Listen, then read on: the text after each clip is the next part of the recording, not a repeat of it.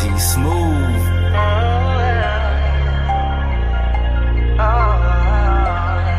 It's real, we under a condition. He the physician. We praising the Most High.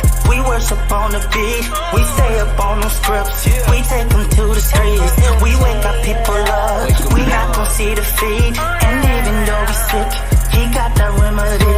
We praising the Most High. We worship on the beat. We stay up on the scripts. We take them to the streets. We wake our people up. We not gon' see defeat. And even though we sick, He got that remedy. First, let me give all praises to the Most High. Heal the sick, raise the dead, Yasha don't lie. Trying to flee the belly of the beast like Jonah. We got every symptom, viral sin, no Rona. Pride and idolatry, lust and fornication. But Torah's the prescription for self-examination. Setting up the triage, let the Ruach work. Throwing on the scrub, surgery like Turk. Cause people be wicked within. They telling you that they your friend. Your enemy be your kin. The only way out of this sin, you know that we gotta repent. Diseases be under the skin. And since the Most High is the holiest, doctor, I'm positive we gonna win. Yeah. We praising the Most High. We worship on the beat. We stay up on them scripts. We take them to the streets. We wake our people up. We not gon' see defeat. And even though we sick, He got the remedy. We praising the Most High. We worship on the beat. We stay up on the scripts. We take them to the streets. We wake our people up. We not gon' see defeat. And even though we sick, He got the remedy. Money is the root of all evil. They tryna kill us off. A long needle, oppression systematic. It's all legal and generational curses. They all lethal. How we know the Most High, we don't know ourselves. How we sending folks to heal but don't go ourselves. Calling folks destructive, about to blow ourselves. And we preach about maturity but never grow ourselves. All of this sickness, but what's the diagnosis? We praise Him with foul breath, halitosis. So if you keep the law, then you some kin to me. We need treatment by the Father, cause He the remedy. Heavenly Father, You the sin in me. You the King of Kings. You the remedy. I know that we lost. You serenity. We should be dead from impurity. Sent Your only Son. He's a friend to me. I say I'm alright. I pretend to be. Look inside my heart. Got the penalty. My physician. You the remedy. We praising the Most High. We worship on the beat. We stay up on them scripts. We take them to the streets. We wake our people up. We not gon' see defeat. And even though we sick, He got that remedy. We praising the Most High. We worship on the beat. We stay up on the scripts. We take them to the streets. We wake our people up. We not gon' see defeat. And even though we sick, He got that remedy. No matter your situation, family, be encouraged. No matter how sick you are, no matter how bad things get, He got you. Shalom.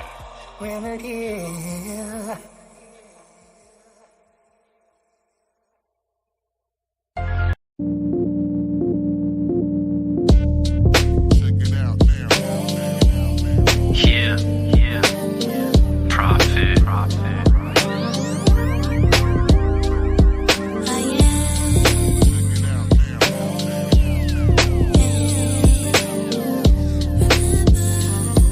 Listen. When you looking for the truth, then you gotta go and seek it. Don't listen to opinions of somebody up there preaching. They talk about the struggle or they talk about redeeming. They talk about the things that they don't even believe in. Had to leave religion to go and battle my demons. Then I rose from the ashes, my spirit became a phoenix. So many false doctrines, so you always gotta test it. 6 days to make creation, on the 7th one He rested. My life is for the masses, but it's more about the message. So I gotta share His word and the knowledge that I've been blessed with. I repented so my spirit's relevant. If it's not up in the scripture, what you say irrelevant. I do this for my betterment. Yeah, I know He heaven sent. He give me all the tools, cause He's something like a Leatherman. Canceled all my debts, put an end to my deficit. I owe Him more praise than I know that He'll ever get.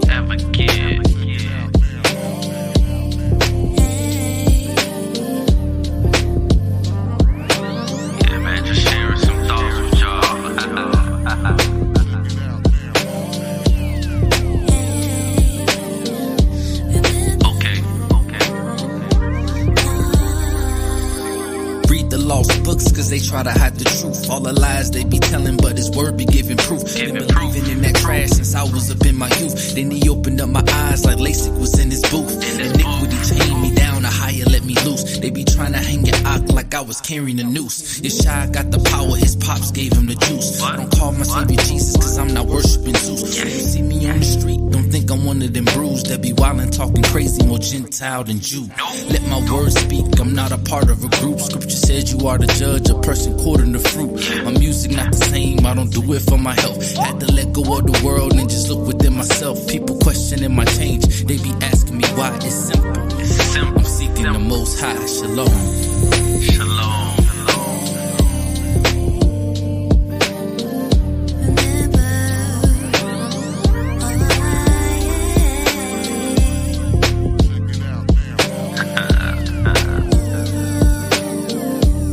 It's all love, family.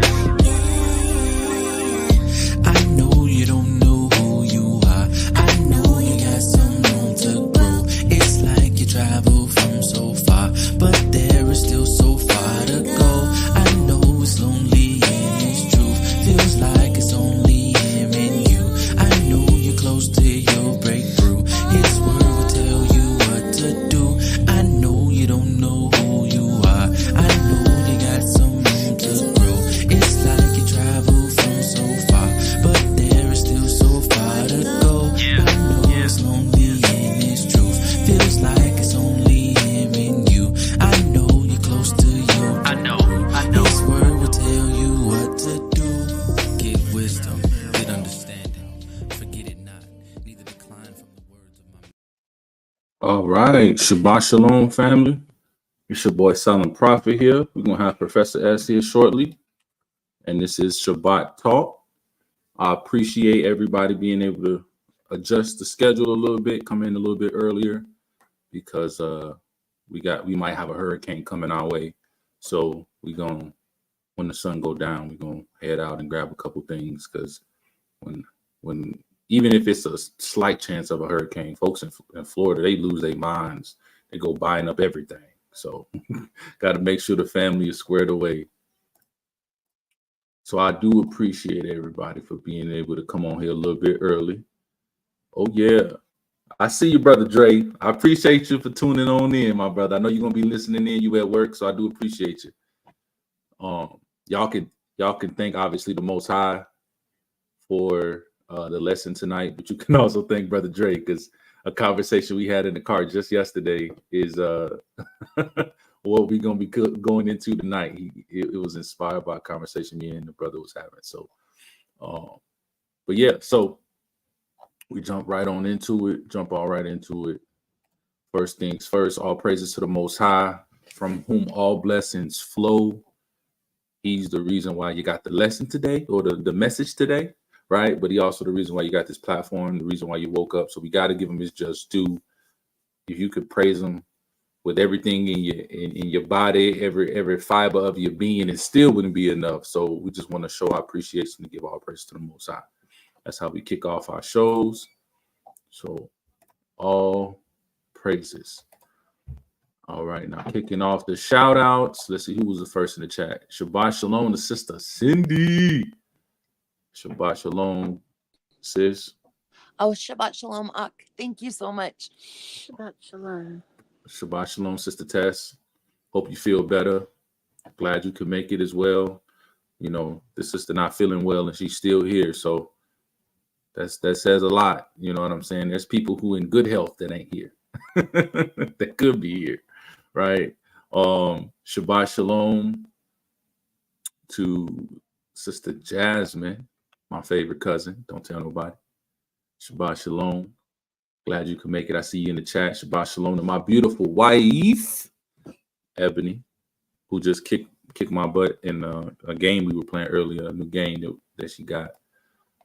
Your daughter kicked your butt. It wasn't me. Hello.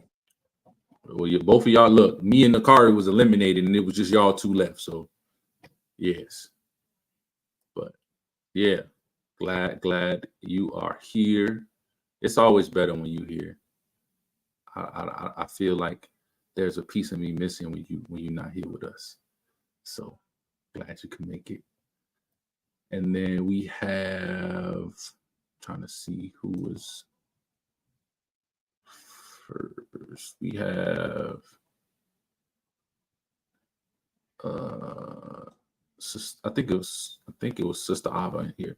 Shabbat Shalom, Sister Ava. Brother Sean over there in the building.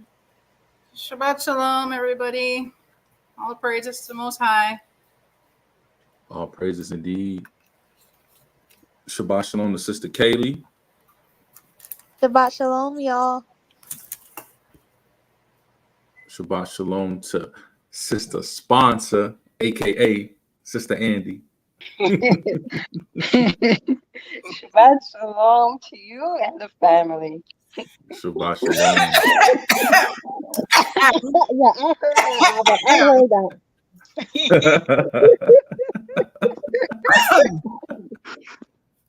Are you all right, my sister? Yeah, you need a cough drop. You need some halls or something, you know. Yeah. Ricola. Shabbat Shalom to Brother Greg. I see you in the chat.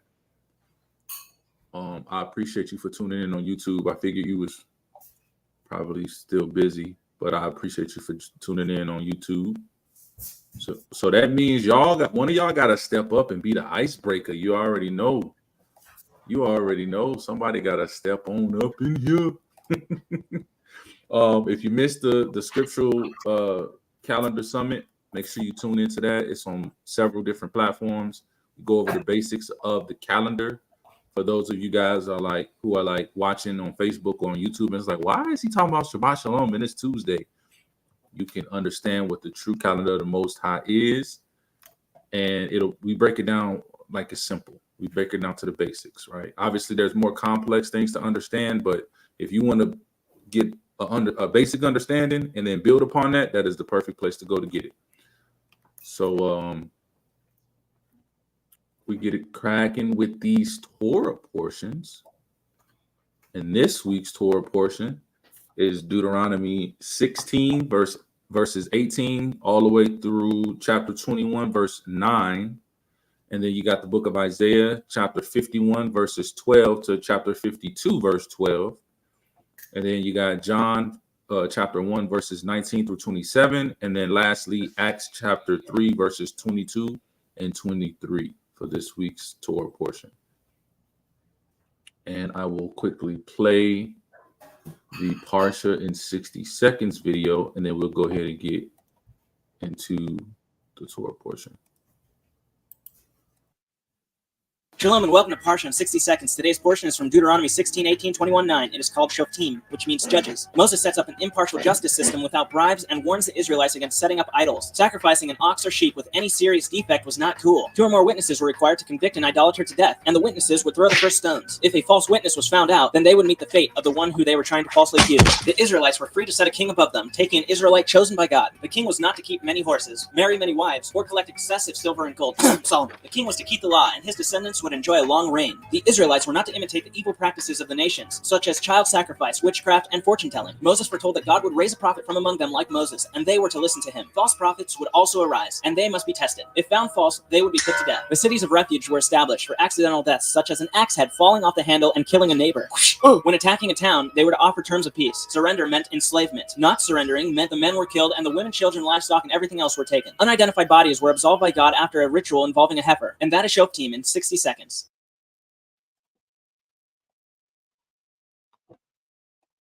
All right. There's a lot. A whole lot. I got a couple things I'm going to mention from this week's Torah portion, but anybody want to kick it off with whatever stood out to you this week?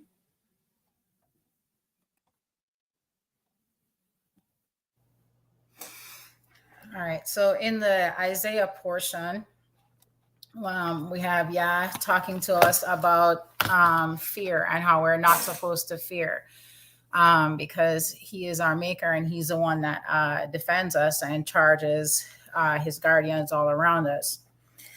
And when it comes to the Torah portions, when it comes to any kind of reading, for me, I have to read the thing over and over and over again. And thankfully, now that we have audiobooks, it makes it easier for me to do it with YouTube. And so because it takes so many times for me to hear something and register it, I'll start listening to the Torah portion from like the next day after, so like tomorrow will be my first day listening to it, to let it warm up. And then, on the Shabbat, like today, I'll go in deeper with like the Targum or other supportive texts. Mm-hmm. And so usually on the first day, which would be like example for tomorrow, I'm not expecting anything to happen out of what I was reading.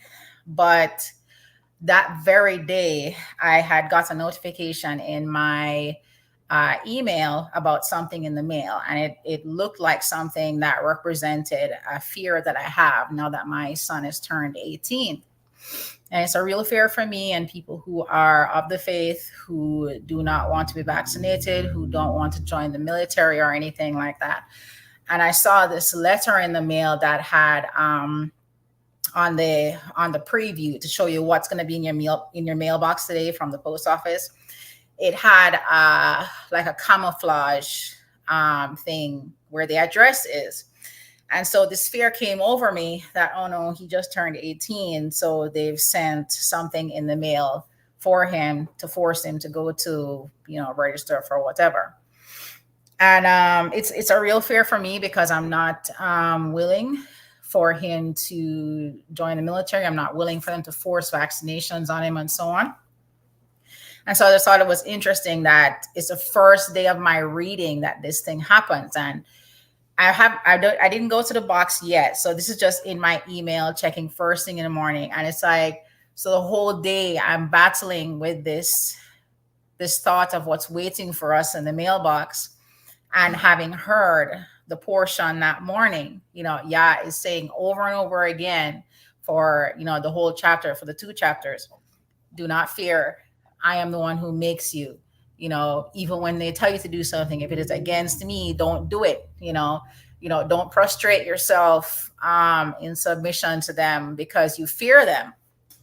And, you think of all these stories like with the 12 who went to go look out at the land, and only Joshua and Caleb, came back and gave her good report and had faith in Yah. And it's like, I would have been one of those 10, just seeing the giants, seeing how evil the people were. I know I would have been one of those 10 who came back and say, yo, we can't handle this. This is for our heads, whatever. And it's like, so it showed me for the entire week that my faith is weak. That even though I have faith in him for other things, I'm lacking in that area. So I was appreciative for this this portion to show me that and I need to work on that. I need to work on that part of my relationship with him. And that even though these things are real, it's like, how do you not fear? How do you, he does not give us a spirit of fear. That's something that is of the Hasatan. But I'm human and I'm to be tested. And it's like, yeah, what do I do in this moment? I tried praising. I tried praying and praying and praying. But it's like, I couldn't just walk with my chest high. Like, it doesn't matter what is at the mailbox. Yah is in front of me. He's beside me. He's behind me. All his guardians are around me, but I can't see them. If we could just see all the guardians he's charged all around us, it would make it so much easier. But that's the thing. We're supposed to be tested. And so it was a big wake-up call for me all this week. Still have the fear of what is going to happen. But it showed me what I need to do, what I need to work on with the Most High, to not walk in fear, and that when these things happen, to stand knowing that he's there, that he's watching, and that no matter what happens, he is in control. Absolutely. Absolutely. A lot of times you don't realize just how or where your faith is lacking until you're faced with a certain situation. Exactly. Right? Because you might be, every day, let's just say every day for 6 months, you have the same routine, and then you have faith in whatever you have faith in. right? And so you feel emboldened. So you're going through the same routine and everything, and then something happens that throws you a curveball, and it throws you completely off. And you're like, man, I wasn't even aware that, you know, my faith was lacking in this particular area. And so it's good for, you know, a variety of things to kind of come our way to kind of show us where, you know, where we're lacking, so we can focus on strengthening those areas. But absolutely, he did not give us a spirit of fear, and it was, you know, probably because of that you know, you were able to identify those things in the Torah portion, not only in Isaiah but also in, I believe, the beginning of Deuteronomy chapter 20 actually, yeah, the first paragraph in the Targum in Deuteronomy 20, where it talks about when you go forth to battle against your enemies and see horses and chariots and peoples proud, overbearing, and stronger than you, fear them not, for all of them are accounted as a single horse and a single chariot before the Most High your Elohim, whose word will be your helper, for he brought you free out of the land of Mizraim, or Egypt. And at that time that you draw nigh to do battle, the priest shall approach and speak with the people and say to them, hear, Israel, you draw near this day to fight against your adversaries. Let not your heart be moved. Be not afraid, tremble not, nor be broken down before them. For the Shekinah, or the presence of the Most High Spirit, of the Most High your Elohim, goeth before you to fight for you against your enemies, and to save you. So all praises. Absolutely. So this was and right so for it's you. a reminder. It's a reminder then that we are to bookmark these things not only on my computer but in my brain, so that when these things come up, that's what I can remember. Because so easily I'll bookmark stuff that's motivation from all these heathen people, you know, your the Goggins guy, and what are the other people that I listen to? And it's like so much now when I listen to them speaking, it's like they're just drill sergeants in my mind, and their words just fall to the ground. And it's like, that's what you should be doing with the word of Yah. That's why he tell you to study, so that you're worthy, is that you'll remember when he says not to fear. When this thing happens to you, remember what I said. And you're not going to remember what you said if you don't keep reading it, if you don't have it storing up in your head over and over again. So yeah. What was that? Deuteronomy what? It looks like he's gone. I don't know where it is. I think he froze and went out. I think he froze and went off.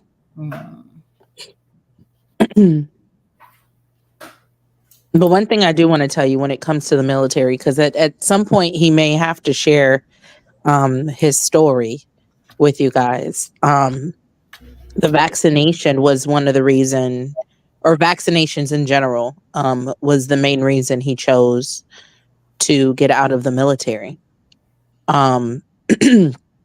He was set to renew his contract, so to speak, with them, being active duty. And mind you, the vaccine had already come out, and they had mandated for the entire military to get it. But he was like, well, I'm not getting it. And, you know, when you willingly sign up for the military, I always tell people the military is the freest prison you can join. They own you. They pay you. They control you, essentially. How are you going to willfully go sign up and then turn around and try to tell them what you don't want to do? All right. That's how they feel. Now, don't get me wrong. Legally, they have things in place. For example, they have these things where it's like religious accommodations. They try to make accommodations for different religions and different things like that, and different beliefs. But if it works for them in the moment, then great, they'll give it to you. If it doesn't, then they won't give it to you. And that was the issue. They wanted him to get the vaccine, and he was like, absolutely not. And they were like, well, then we're going to kick you out of the military. And he was like, well, where's my paperwork? Give it to me. And then the crazy, you know, I guess they thought he was going to be like, no, please don't get rid of me. Just, you know, I'm going to fight you for this accommodation, you know. And he didn't do that. You know, he was like, you know, they were like, we're going to kick you out. And he was like, well, then give me my paperwork. Give me my paperwork. You still have to pay to ship me, my family, and all of our stuff back to the States. You still have to out process me. You still have to do everything you need to do. So give me my paperwork and let me go. Because that's where I'm headed. I'm not getting the vaccine. So, you know, then it was like, okay, well then let's see what we can do. And it's like a manipulation game with them. Exactly. Yeah. You know? And so finally he was like, you know what? I'm not going to play this game with you guys anymore. Because by the time he was getting ready to sign his paperwork to really get out, then they backed, like the entire military was like, oh, we're no longer forcing everyone to get it.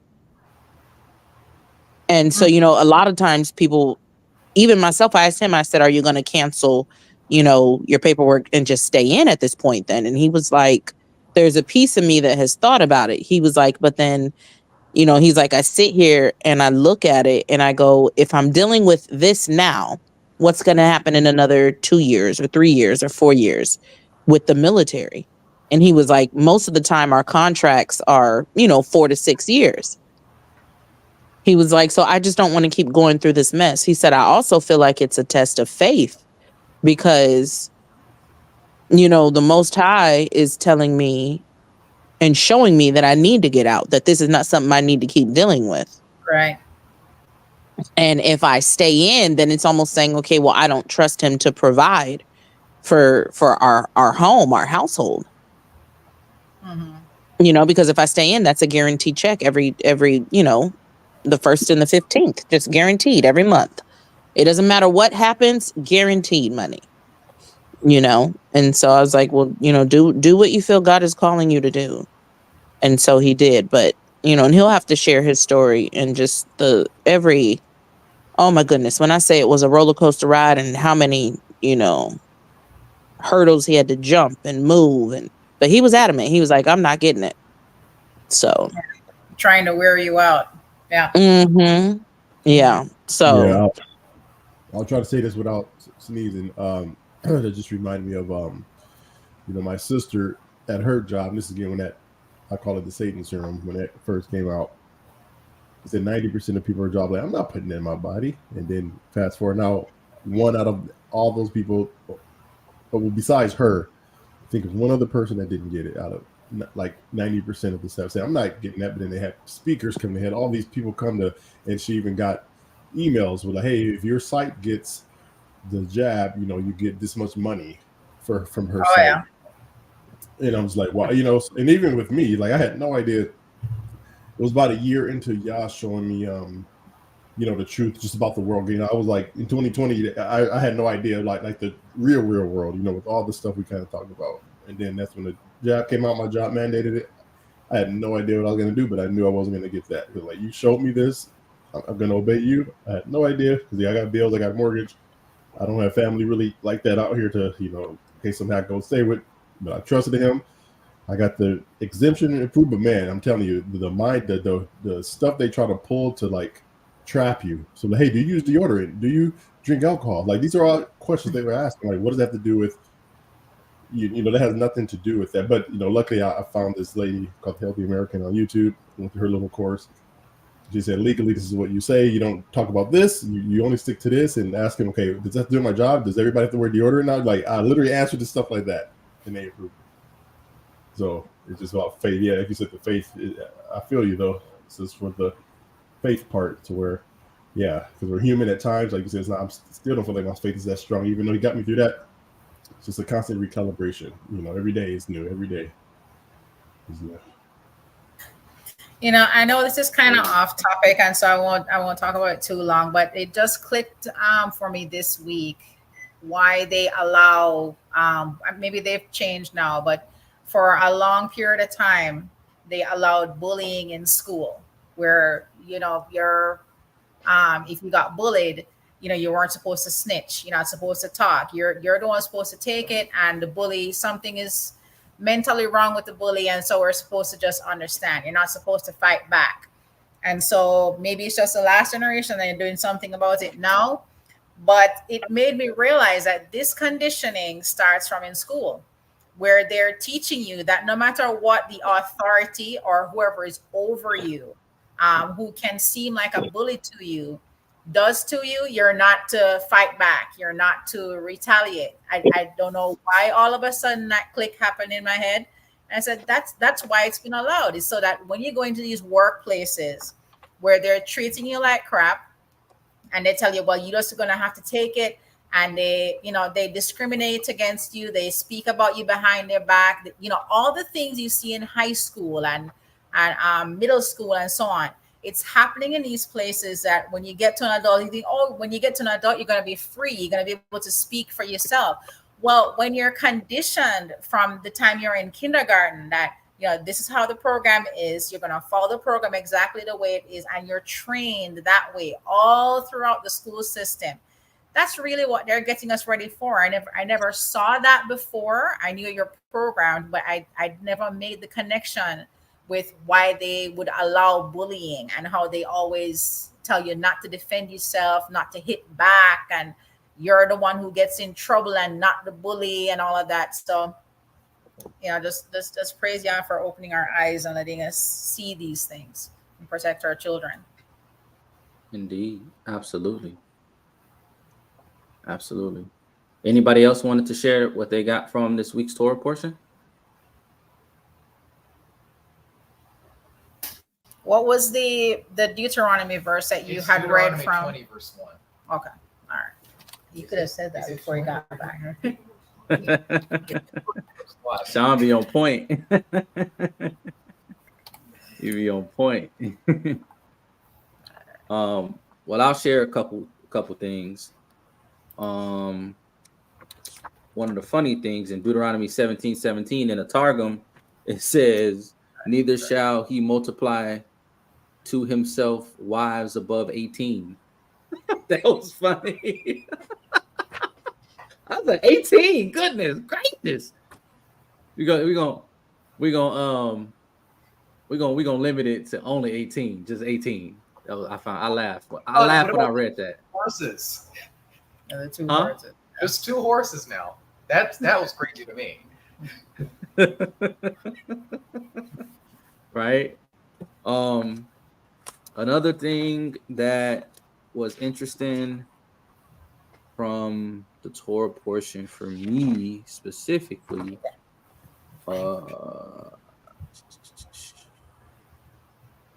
actually, I'll just go to this one. And that was in Deuteronomy 21, where it was talking about the murder of the innocent, when you find a dead body and someone killed it or killed that person, right? And it was telling you basically you create a grid, and the nearest cities in the 4 quadrants around that dead body, the closest one is responsible for handling the dead body. And so they would take a heifer or a cow and cut off the head of the heifer and the cow.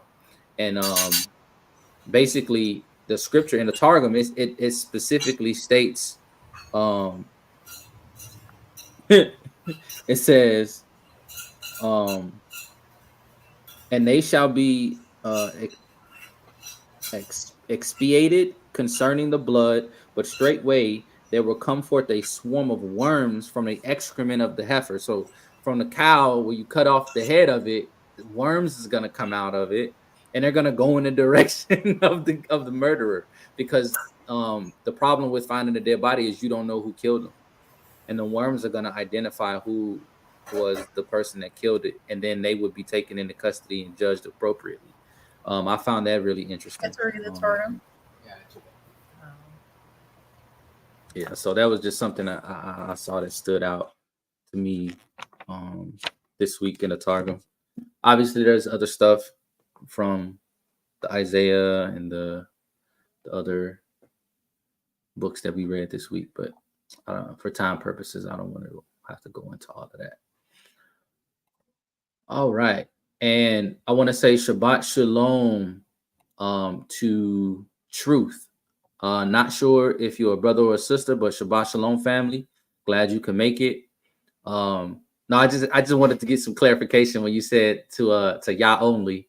I didn't know if you meant like Old Testament only non-messianics, because I was gonna say, unfortunately, we messianics over here, we believe in Messiah wholeheartedly. But I'm glad you could make it. You said you just found us, so welcome. You are more than welcome to join us anytime. If you are interested in joining us more often, I will here, let me put this down. That email down at the bottom of the screen, you can reach out and email us, and then I'll be sure to contact you, get your information, and then I'll shoot you out the link every time that we go live. Or you can subscribe, hit the bell, and you'll get a notification whenever we're getting ready to go live as well. So Shabbat Shalom. And next week, Torah portion is Deuteronomy 21 verse 10 to Deuteronomy 25 verse 19. We got Isaiah 54 verse 1 through 54 verse 10, Matthew chapter 5 verses 27 through 30, and 1 Corinthians chapter 5 verses 1 through 5. So I'll leave that up for a quick second for those of you guys who write it down or take your screenshots. And again, if you need to contact us for anything, you can reach out to us by the email that's going across the bottom of the screen. Okay, so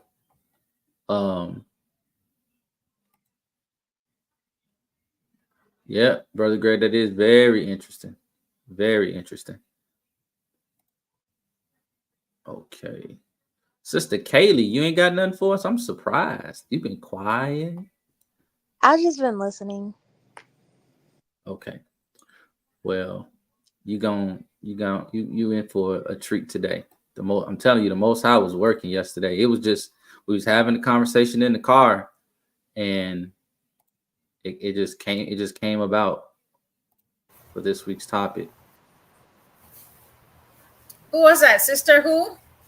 Sister new member of the coalition? Another name, Ava? That's Sister Kaylee. We have a photo name for you. And welcome to our new sister, new member. Thank you. Yes, ma'am. Absolutely.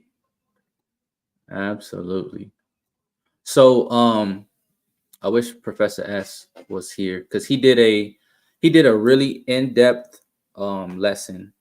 I want to say it was like Shabbat Talk 33 or something. It might even be before that, but he did it on Romans chapter 11, and it was called the olive tree or the olive branch.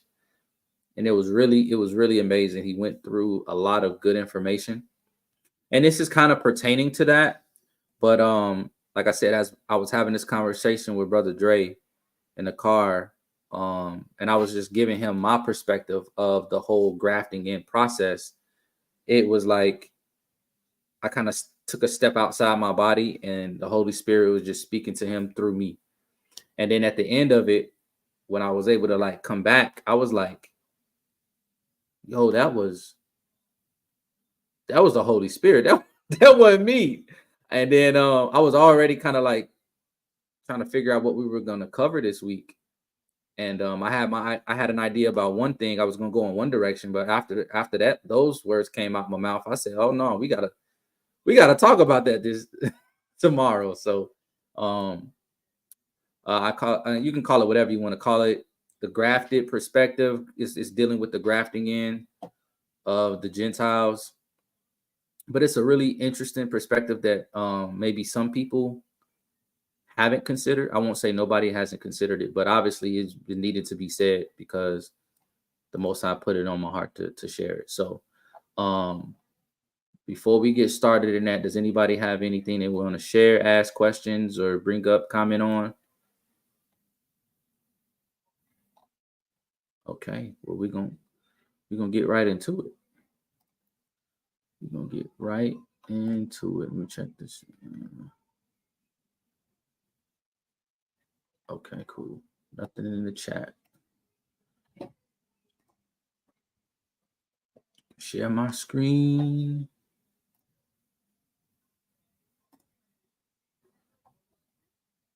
All right. Can everybody see that?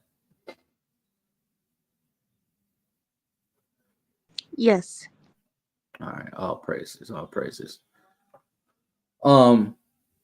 Is there anybody who is not familiar with the grafting in process, like of a physical grafting in with like an actual tree or plant?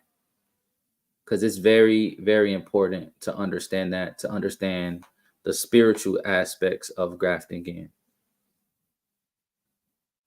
So everybody here understands the grafting in process? No, I'm ready to learn.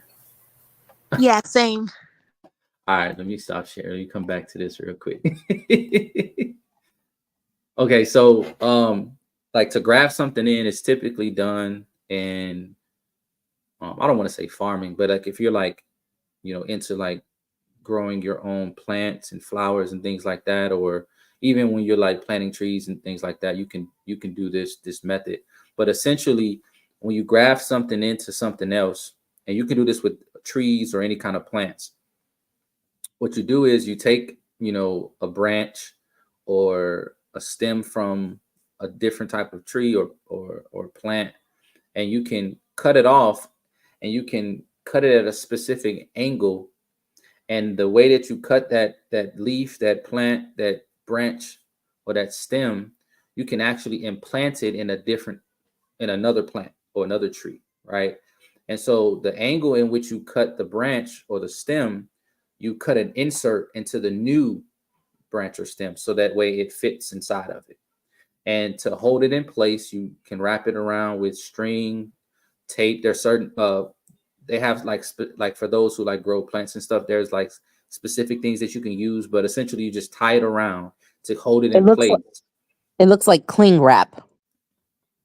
You can use cling wrap.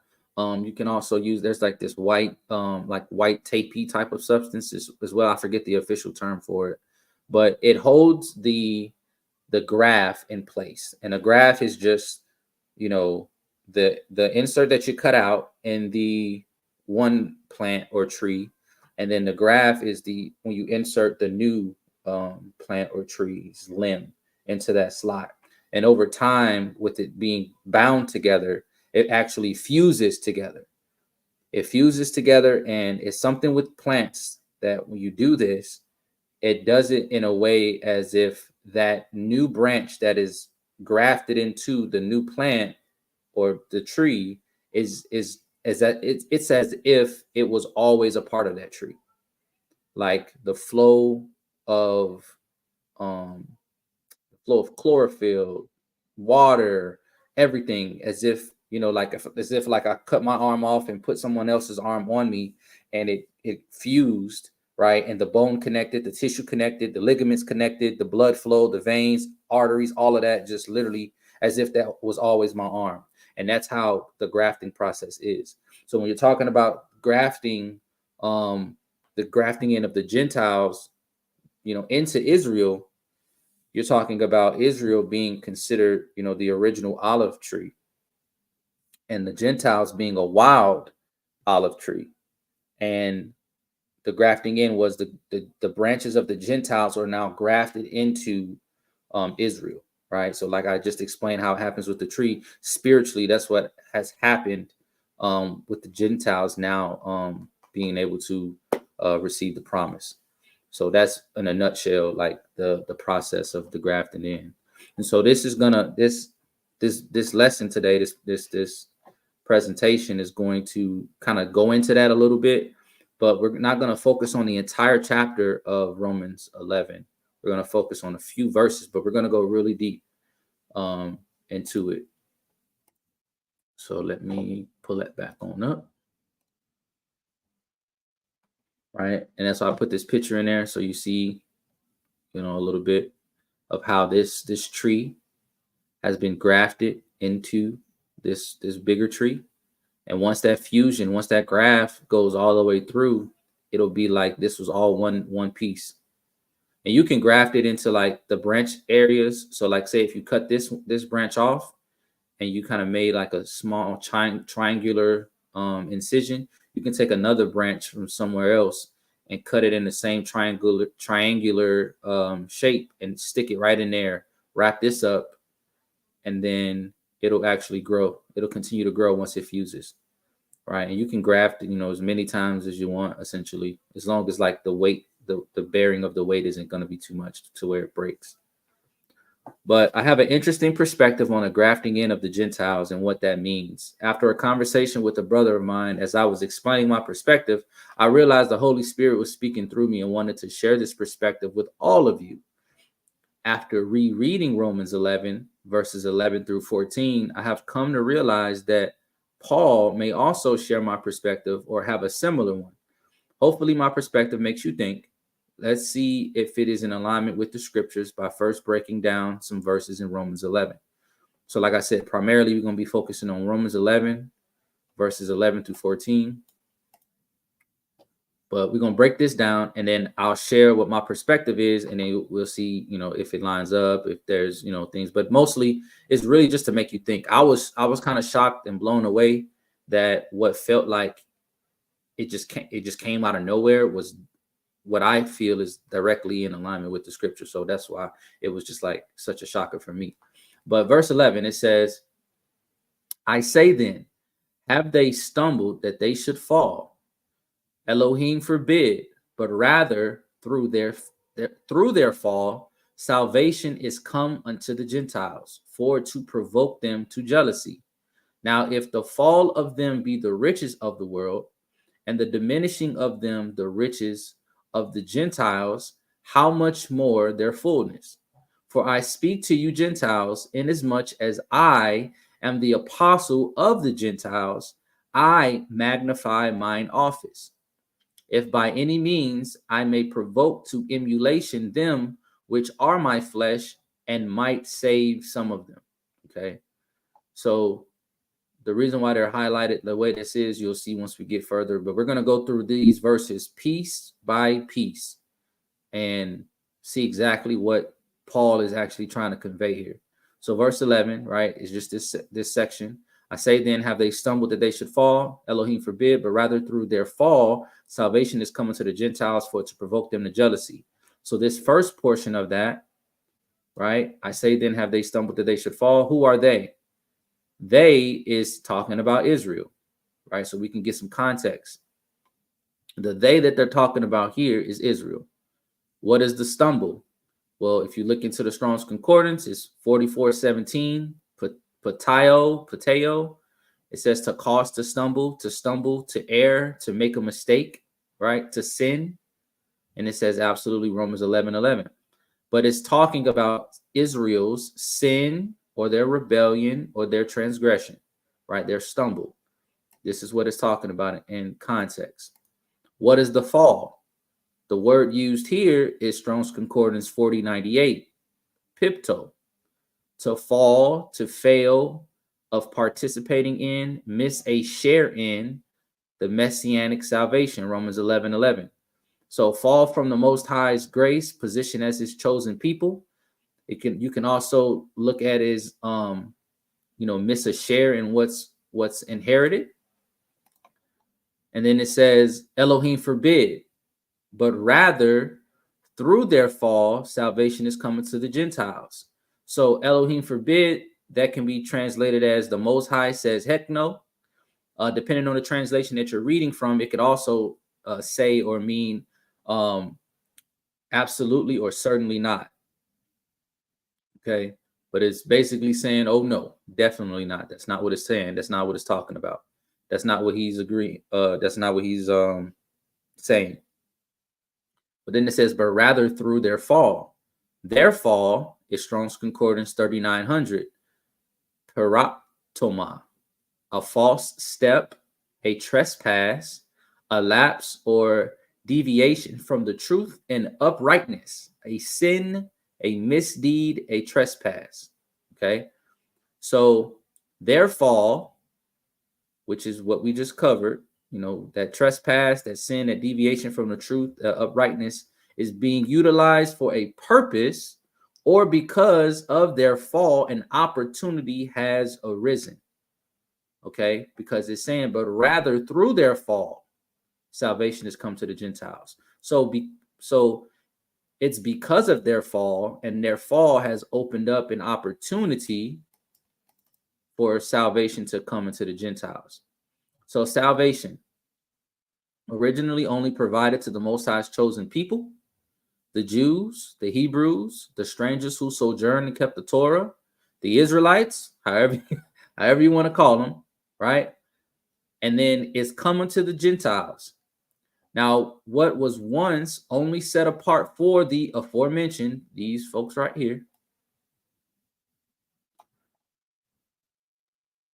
is now available to the Gentiles. And the word for Gentiles is Strong's Concordance 1484, ethnos, from etho, forming a custom or culture, properly, people joined by practicing similar customs or common culture or nations, usually referring to unbelieving Gentiles or non-Jews.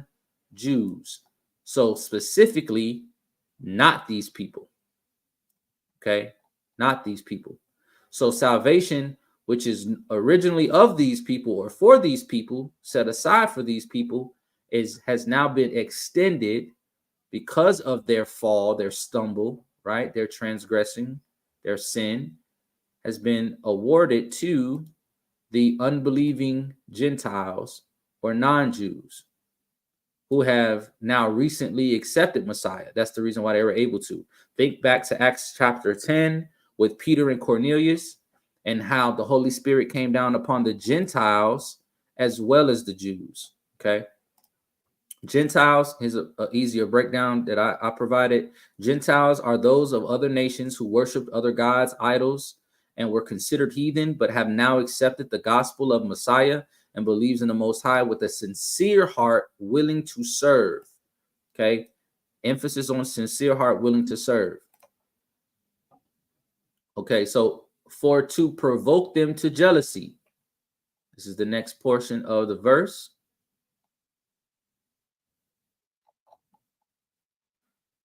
For to provoke them to jealousy, and this is actually the end of the verse, to make Israel jealous. And I'll go more into like jealous. I'll explain that a little bit later, a little bit further down. But just know that it was to make Israel jealous. That's what to provoke them to jealousy is talking about in verse 11. Verse 12 now. Verse 12 is, now if the fall of them be the riches of the world and the diminishing of them the riches of the Gentiles, how much more their fullness? This could actually throw someone off if you're reading it at face value, right? So now if the fall of them be the riches of the world. Okay, so the breakdown for this is if there, and there, we're just referring to them. This is referring to Israel. Okay, the fall, referring to their fall of their transgression. Right, we already covered this word for fall. Strong's 3900, a false step, a trespass, a lapse. Right, so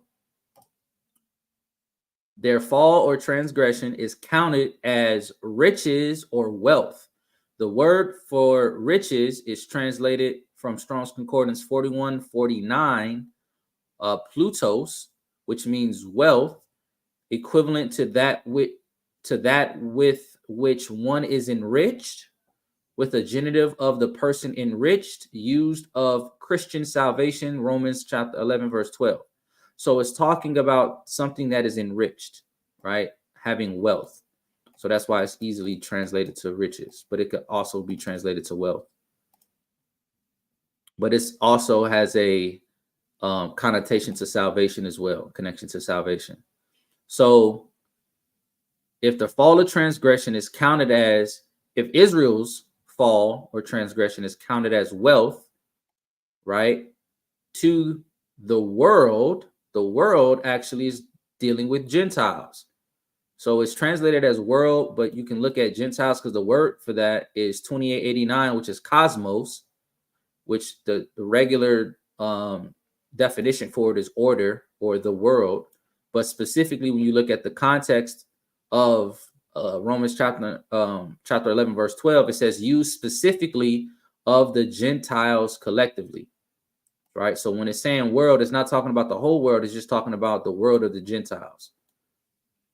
So going back to here, so if the fall of them be the riches of the world, so if the fall of Israel or the transgressions of Israel be the wealth of the Gentile world, the world of the Gentiles. Okay. The next portion says, and the diminishing of them, the riches of the Gentiles, which this in itself gives you context to what the first part is talking about. You can connect the world here to where it says the riches of the Gentiles. The word riches here is the same one used there. But if you look at the diminishing is actually talking about the failure or shortcomings of Israel because of their sin. And that's Strong's Concordance 2275, hetema or hetima, which normally means loss, but in the context to which it's talking about Romans chapter 11, verse 12, it says a diminution, decrease, brought upon the Jewish people, and that so few of them had turned to Messiah. Okay, so as the wealth, same context as above, of the Gentiles.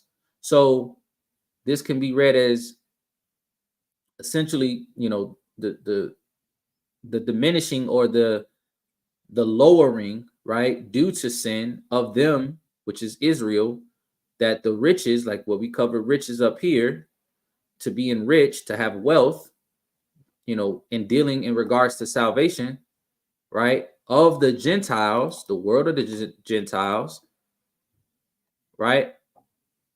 And then the next portion, it says, how much more their fullness, or how much more will their fulfillment be?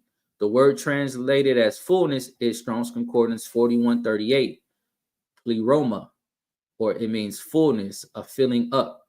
And I did check to see if this was the same word as Matthew 5:17, and it wasn't, right? So it wasn't talking about the same. It is talking about fullness, a filling up. They're similar, but they're not the same word. When the Messiah says, but to fulfill, I didn't come to do away with the law or the prophets. But specifically in the context of what we're talking about, it says that by which a loss is repaired, spoken of the reception of all the Jews into the kingdom of Elohim, right? So, or how much more will their fulfillment be? And this is specifically coming from the NASB. That's what they translated it as. So basically, the fulfillment is discussing the overall point of verse 14, which we'll get more into shortly.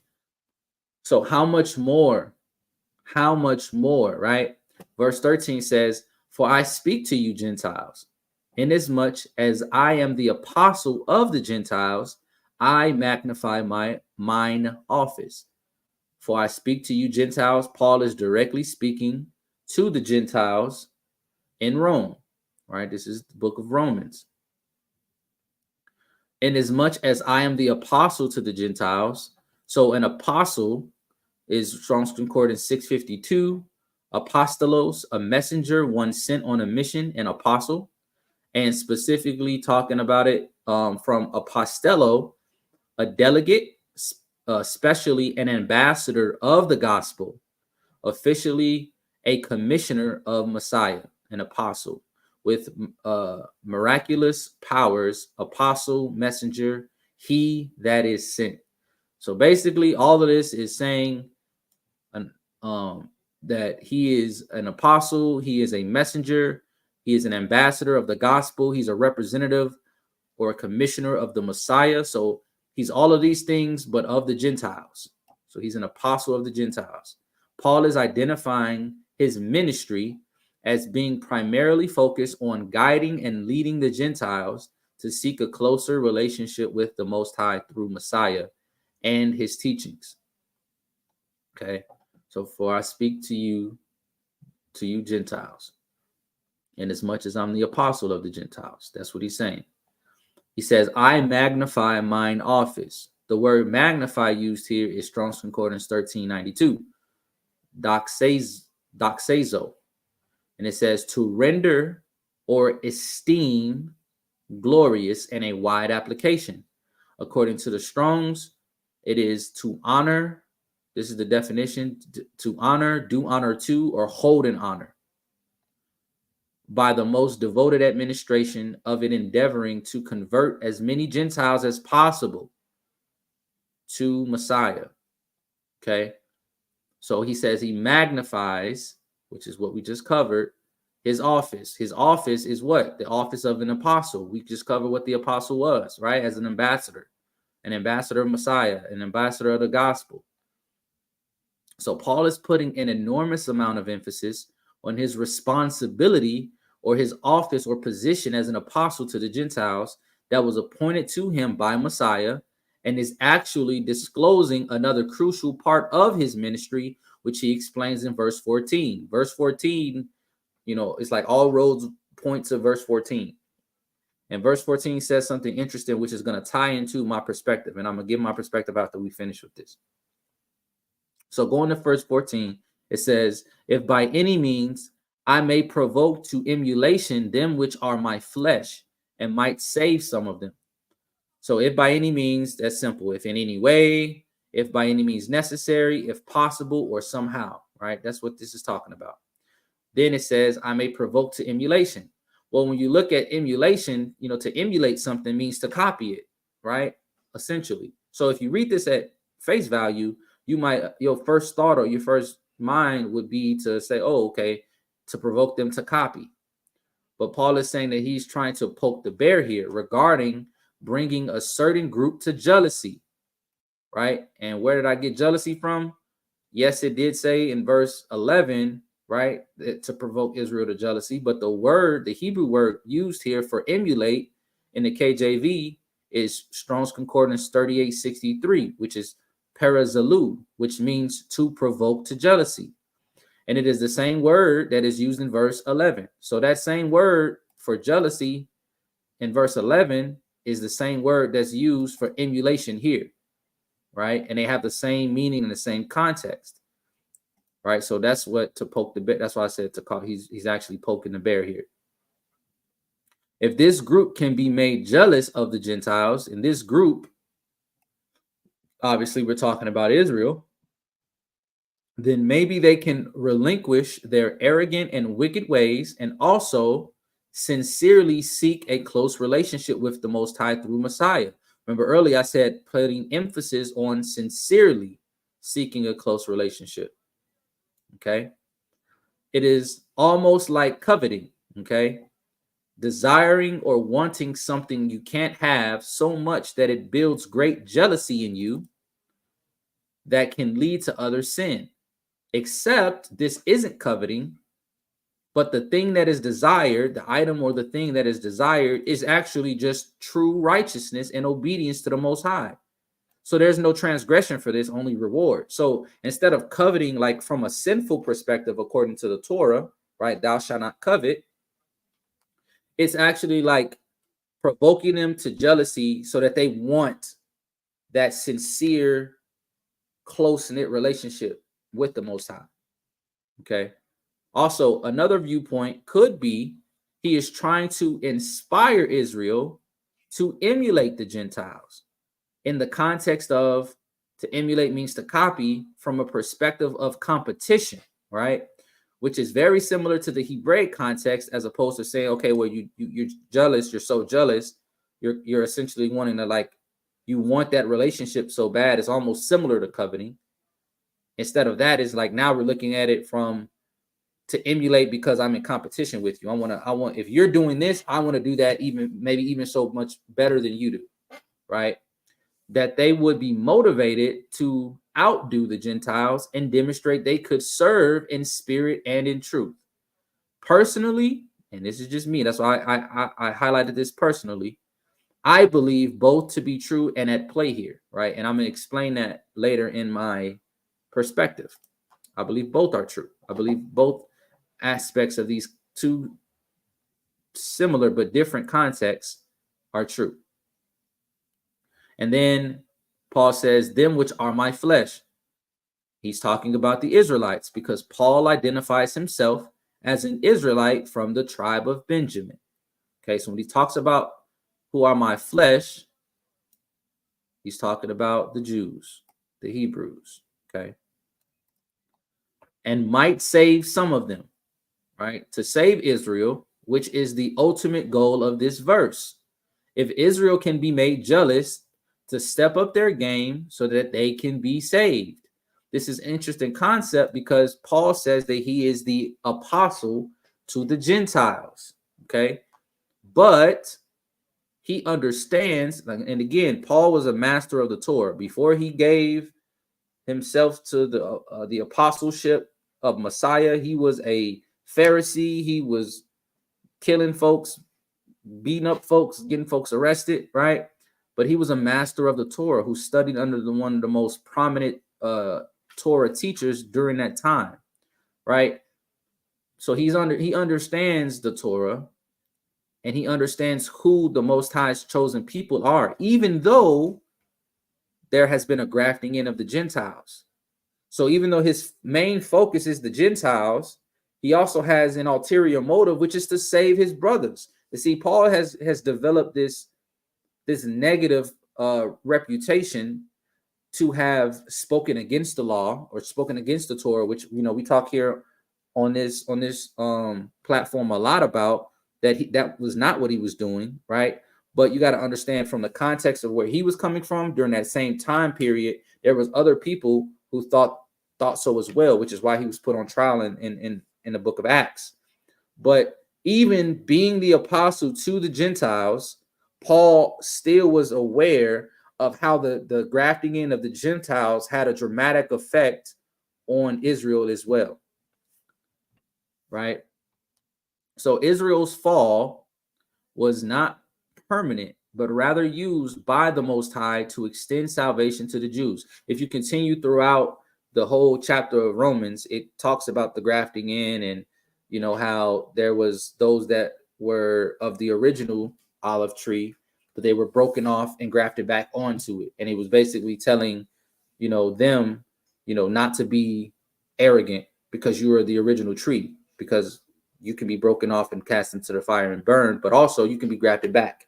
There can be reconciliation and restoration. And then also to the Gentile branches that were grafted in, you can't boast that you were grafted in because you weren't grafted in for anything that you do. You were grafted in based on the mercy of the Most High, right? So it was basically checking both sides. But when you read chapter 11 in its entirety, it goes into the entire grafting process. But Israel's fall was not permanent, but rather used by the Most High to extend salvation to the Gentiles, provoking Israel to jealousy. The word analysis of stumble and fall in verse 11 illustrates that Israel's sin led to an opportunity for the Gentiles to be included in salvation, which was once reserved for the Most High's chosen people. Okay, this extension of salvation serves to make Israel envious and encouraging them to return to righteousness. In verse 12, the focus shifts to how Israel's fall brought spiritual riches to the Gentiles. Paul emphasizes that if their transgression enriched the Gentiles, then the restoration of Israel to their fullness would bring even greater blessings. The richness and wealth mentioned in this verse pertain to the Gentiles' new access to the Most High's salvation. Verse 13 explains Paul's role as the apostle to the Gentiles, highlighting the importance of his ministry to guide them toward a relationship with the Most High through Messiah. In verse 14, Paul reveals that one of his main goals is to provoke Israel, his flesh, to jealousy through the Gentiles' righteousness, hoping to inspire them to seek salvation and righteousness themselves. His ultimate aim is to save as many Israelites as possible by encouraging them to emulate the Gentiles in their sincere service to the Most High. Because here's the thing, Paul is playing an interesting role, right? Because this is why when you read and he says, to the Jew I become a Jew, to the Greek I become a Greek. He's not doing that to be a double agent from a negative perspective. He said that because he has to do those things because he's dealing with multiple things. He's the apostle to the Gentiles, so he's preaching the gospel. These Gentile nations are hearing the word. They're hearing the words of Messiah. They're believing on Messiah. They're receiving the Holy Spirit, right? And then they're being grafted in. But they have no foundation of the Torah. They have no foundation of the law. So he has to essentially take these new babies and raise them up and bring them up so that that way they can begin their walk with the Most High through obedience. But since they don't have a background or a foundation in the Torah, they have to start from scratch with them, essentially, right? With their only motivation being their faith, right, in Most High and in the Messiah, and their love, right? That fire that's burning for them, because they don't have a play-by-play foundational breakdown of what is right and what is wrong, right? But so he's dealing with that on the Gentile side. But then on the Jew side, he's having the issue of Jews not only wanting to make the Gentiles keep the entire law, which is not feasible and not fair, but also a lot of them, like it says, through the fall of them, right? A lot of them are stumbling. A lot of them have failed, right?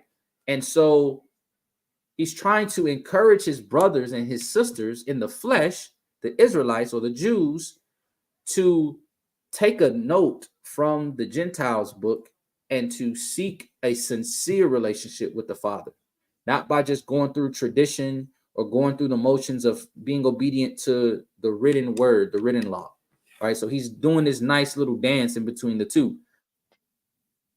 And it's very difficult, very difficult. So I'm gonna play this video of my perspective and what I shared with the brother in the car. And this was before I read or reread Romans 11, verses 11 through 14, right? And then we can kind of see what your thoughts are in terms of what I said, and is it in accordance with the scriptures. So let me stop that. And okay. Oh, I do that. You already know. Shabbat Shalom, Professor S. Hey, Shabbat Shabbat day Shalom. one. Sorry, I didn't see that you came in. I was. Oh no, it's all good. I've been listening in, man. Man, all praises, all praises. Listening in, man. How you feeling, my brother? Oh, doing pretty good, man. Okay, all praises. So I'm gonna play this video real quick, and then we can have like a quick discussion, and then we'll wrap it up. It was up here, but when my video froze, and I had to back out and come back in, it disappeared. So let me pull it right back up.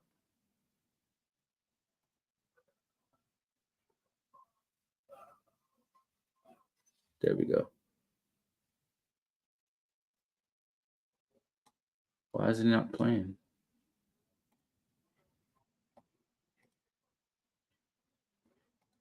Bro, that's weird. Hold on. Let me try it again.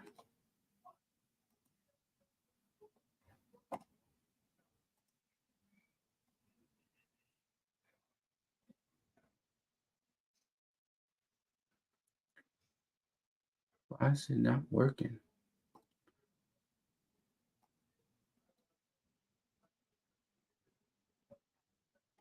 Okay, the volume's all the way up.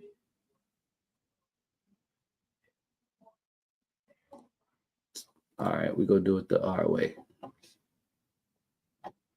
We'll do it the hard way.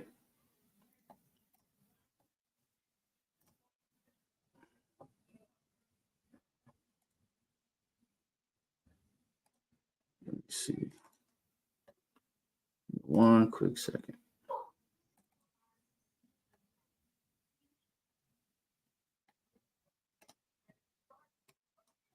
All right, so I'm going to share this.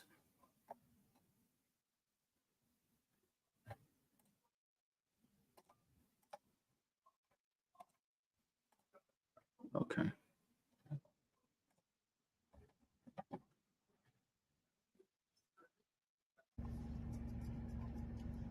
My perspective on the grafting in. Can everybody hear that?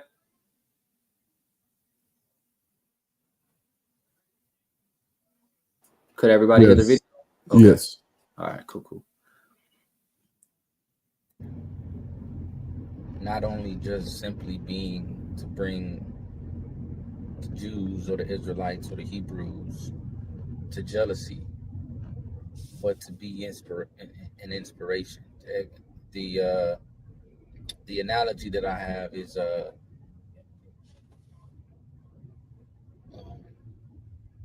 even before the analogy, you have a Gentile from another nation, pagan culture, pagan society, wicked, right? Doing all kinds of abominations, worshiping all kinds of false gods, deities, and idols. But because they heard the good news, the gospel, because they was told about the Messiah and began to believe on him, believe in him, accept him, love the Most High, genuinely, without any stipulations, right? And to be willing to take action speaks volumes. And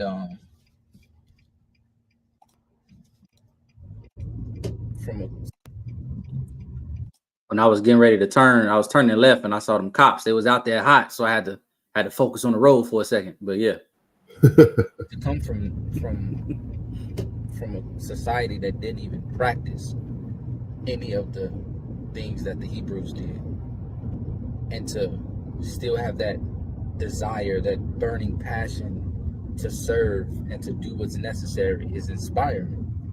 They weren't raised like the Hebrews. They weren't raised from birth to know what the right and wrong thing to do, to keep the law, statutes, and commandments, to love your neighbor as yourself. There's so much that the Hebrews were pre-equipped with that they just weren't. And so even with the lack of that upbringing, the lack of that foundation, they were in a position to seek the kingdom regardless. So that is inspiring. And that's what I'm talking about. And so the analogy is, you have the old heads who've been reading the scriptures, studying the scriptures for 35, 40, 45 years. They elders, they, teachers, whatever the case may be. And you have this young guy, young buck. And he probably just found God. He just found the Most High, let's say 3 months ago, 6 months ago.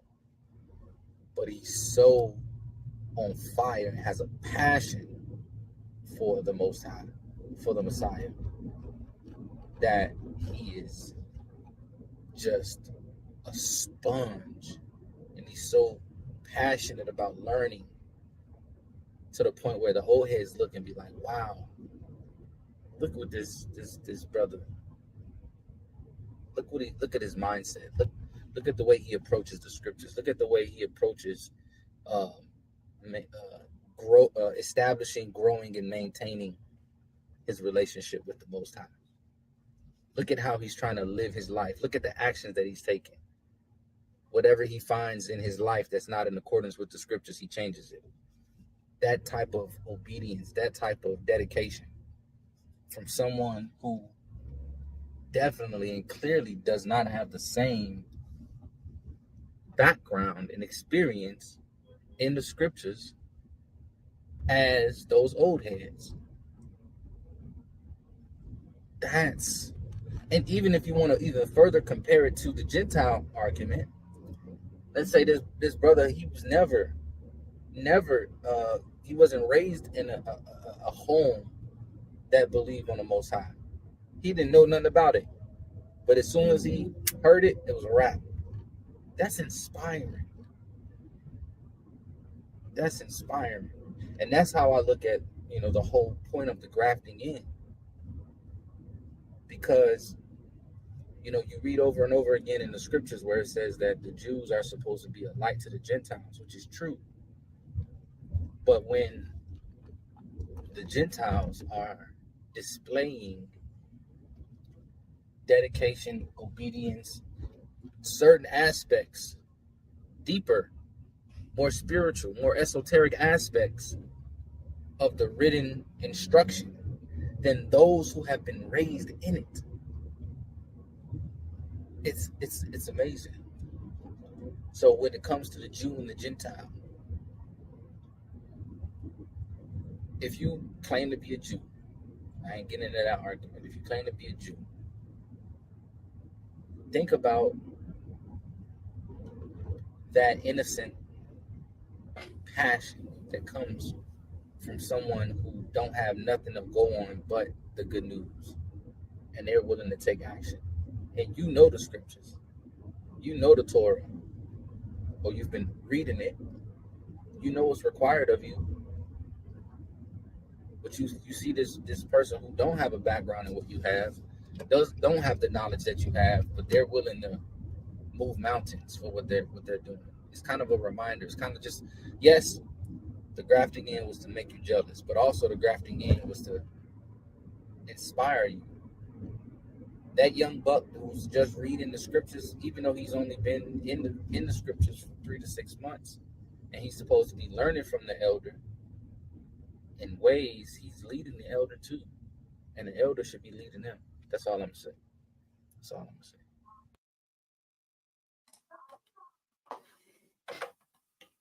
So that was my perspective, right? That was my kind of like breakdown that kind of I shared in the car with Brother Dre. And it was in a moment, it had me taken aback.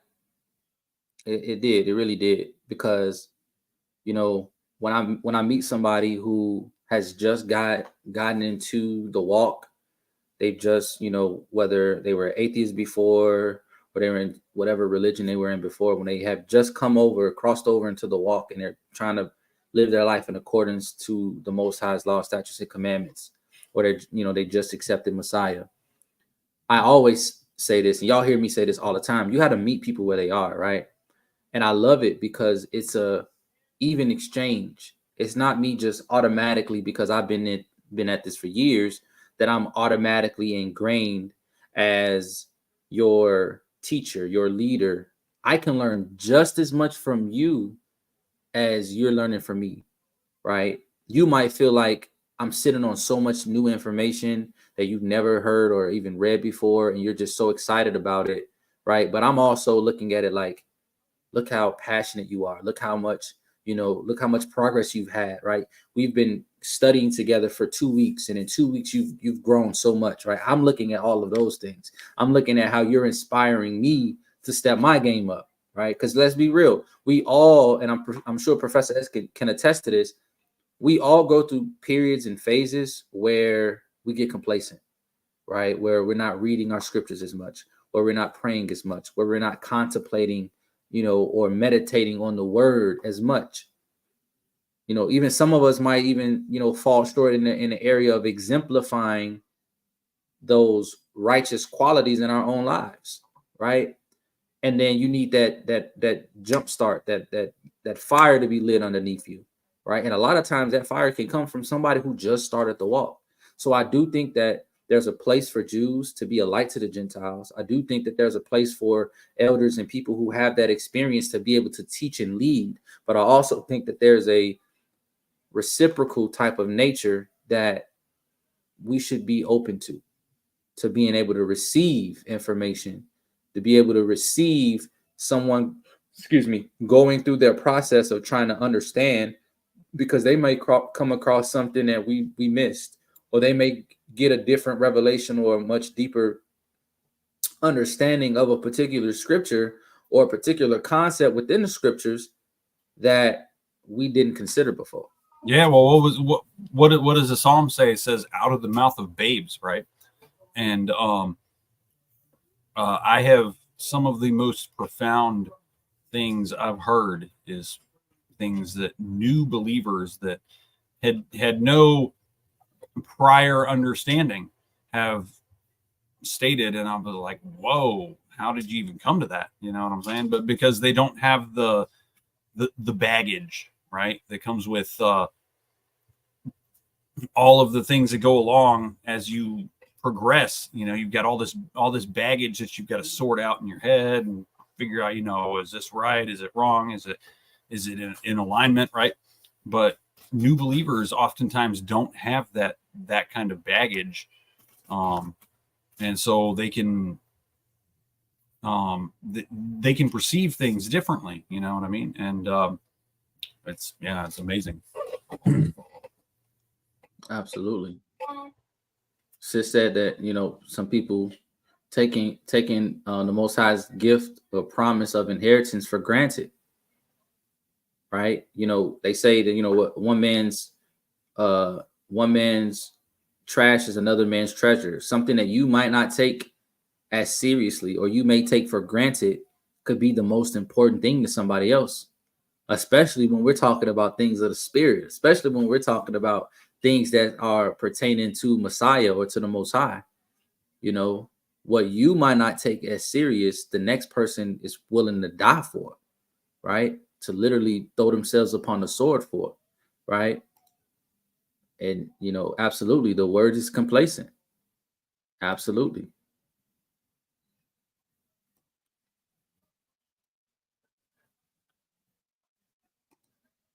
Absolutely.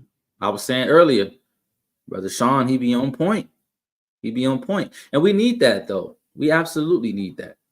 We need somebody who's going to just continuously be that ignition and kind of keeping us on our toes, right? Like, because if you slip up and you take a little bit too long, you take a long enough hiatus, you come back, he might be right where you at. You know what I mean? Like, and it's good to know that. And it can be a healthy form of competition as well, right? Not to the point where it's like, I want to be better than you, but because I know you're growing, then that inspires me to grow too. And if you grow past me, I'm going to want to catch up to you, right? And if I grow past you, you're going to want to catch up to me. And then in turn, we're continuously elevating one another, right? Being each other's inspiration and like a running mate. Brother Greg say, sort of reminds me of the scripture, the first will be last and the last will be first. Yes, absolutely. Absolutely. Yeah, because I mean, when someone steps out on faith, right? In the way that I mean, it was very difficult back in the day, like way back in the day when Paul was going around teaching people. It was difficult. It wasn't like today where you just go to church and you go to the altar and say, pray a prayer, right? And it was like the whole community looked at you like, what are you doing? You're not worshiping the gods anymore. Well, what's wrong with you? You know? So it was a big leap of faith for them back then. And someone who's willing to take that step is going to their perceptions and the way that they view things is going to be completely different from someone who's already been in it, you know, or you know. So it's I don't know. I guess that's it. I'm tracking. I'm picking up what you're putting down, Professor S. You see, they're going to understand. I'll put it this way: they're going to understand the spiritual a lot more than necessarily the physical commandments of, hey, don't do this, don't do this, right? They're going to understand the spiritual. They're going to have a perception of the spiritual far more than someone who's been in it studying the commandments, saying, oh, this commandment, because, you know, if you look at it one way, right, and we should be looking at it in all ways, right? We should be looking at not only as physical but also as spiritual. However, someone who's viewing it as spiritual is going to have a different insight than someone who is viewing it mostly physical. You know what I mean? Mm-hmm. Absolutely. And taking that leap of faith, stepping out and doing that is, I mean, that's a primarily spiritual thing. It's not even, it's very little physical that's involved. You know what I mean? So they're going to have a more profound understanding of the spiritual in certain aspects, anyways. You know. Yep. Like I give you guys like a sports analogy, right? In a lot of different sports, you might hear this phrase or this analogy where they say, I'll take hard work and fundamentals over talent any day, or I'll take hard work over athleticism, right, any day. Because when somebody's working hard and they're focusing on the fundamentals, they might not be as talented as the next person, but talent can only get you so far, right? They're going to gain that talent. They're going to gain it and even surpass the ones who are not working hard towards it. You know what I mean? Exactly. I mean, obviously the best is when you work hard and you have talent, but somebody who's working hard to establish that fundamental foundation, they're going to go further than somebody with just talent, right? Mm-hmm. And when you look at it from a spiritual comparison to what we're talking about, the person with hard work and fundamentals is the person who believes and has faith, even if they don't have the knowledge of the law or, a foundation in Torah, because you can learn Torah. Mm-hmm. But if you're reading and studying the Torah, but you have no concept of spirituality, you have no concept of what the written word, the written law is actually pertaining to, because the written word, you're pretty much a Pharisee, spiritual. Right? Then you end up pretty much being a Pharisee, right? You're only focused on the letter and not the spirit. Pretty much being one of the sects of the Pharisees that were causing all of them problems, because you're just following a literal rule that's written on a piece of paper and thinking that by checking that box, it somehow entitles you to be better than someone or receive a certain reward, whether it be salvation, whether it be, some type of blessing in some way, shape, or form. You feel as you're superior to someone else because you are physically doing the works. Right? But you see, it's actually more profound for someone who doesn't have that understanding, who doesn't know and says, you know what, I don't know this, but I'm going to go and try to do it anyway, and I'm going to learn it. I'm willing to learn, whereas people who think they know it all, they've stopped being teachable. They're not going to gain anything else because they think they know it all, Exactly. And then the people who have, if they approach it with a humble spirit, even when they are gaining tons of knowledge, they're learning the Torah, they're learning the deeper understandings of the scriptures, they're reaching out, they're reading the books, they've read the Bible cover to cover, they've read some of these other books, Apocryphas, Enochs, Jasher, Jubilees, and they've been swimming in all of this information, but remain humble. They'll tell you, man, the more that I learn, the more I realize I don't know nothing. Soon as I get to a new level, it's like, bro, there's so much more information to it. Yeah. Right? There's so much more. Because you don't know what you don't know. You know what I'm saying? Exactly. And there's always more. There's no way that we could possibly know everything, right? And you've got to always be hungry for more, Yep. Not that knowledge is what saves you, right? But you should want to gain more knowledge, more understanding, more wisdom in all areas. And if you're one of the people who feel like you don't have to read, you don't have to study, you don't have to dedicate yourself to physical acts and physical works, and that you're just good with, I have a good spiritual relationship with the Father, or I pray, you're doing yourself a major disservice. And the reason why is because think about how valuable knowledge and wisdom is, right? Solomon asked for wisdom. He asked for knowledge and wisdom over everything he could have asked for. He would have received it, but he asked for knowledge and wisdom, and it made the Most High so happy that he gave him what he asked for, but then he gave him other things as well. He gave him wealth and riches and all of these things, because it's so important that Solomon's heart initially was set on the right thing, right? So I was about to say that, man. I was about to say that. You know, it's great. Great minds think alike. But yeah, like it's important, right? And like I said earlier, the best athlete or the best person, like the best player, whatever sport, is one that has the talent, but they're also willing to put in the hard work to establish the fundamentals. That together, that's where you get the Michael Jordan, right? If you're looking at the talent without the hard work, you probably looking at a, I don't know, like a, I don't know. I don't want to. Well, it's like the Golden Glove, right? In baseball, he's out there every day taking 300-400 ground balls, just practicing ground balls, right? And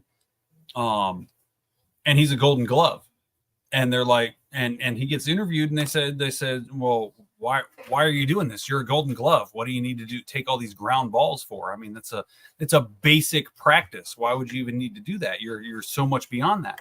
And he's like, no, the reason that I am a Golden Glove is because I practice so much. And if you're not practicing, that's the thing with regarding the commandments, keeping the commandments, you have to constantly be practicing it. You have to constantly be practicing it. You have to renew your mind with reading it, right? You have to renew your mind with that.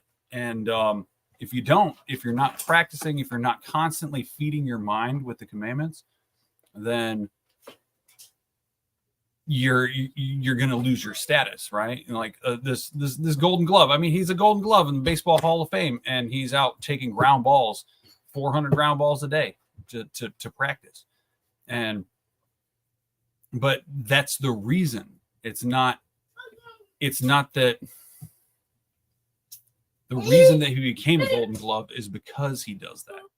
If he if he didn't practice it, if he didn't do the things necessary, then he wouldn't be at the position he's in, you know? Yep. And so it's not that you become the Golden Glove and then, oh, I'm done now, you know? No, you have to constantly practice it. And that's why he maintains the status, you know? Exactly. And like to use like Shaq as an example, right? I'm not saying Shaq wasn't a hard worker at all, right?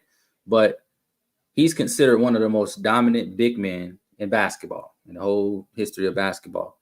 But for a lot of people, he's not the best center to ever live because he didn't take care of his body the way he should have, right? So his great career was essentially cut short. Rather, if he put in that hard work and focused on his conditioning, his body, he could have extended his prime, you know, further than he did.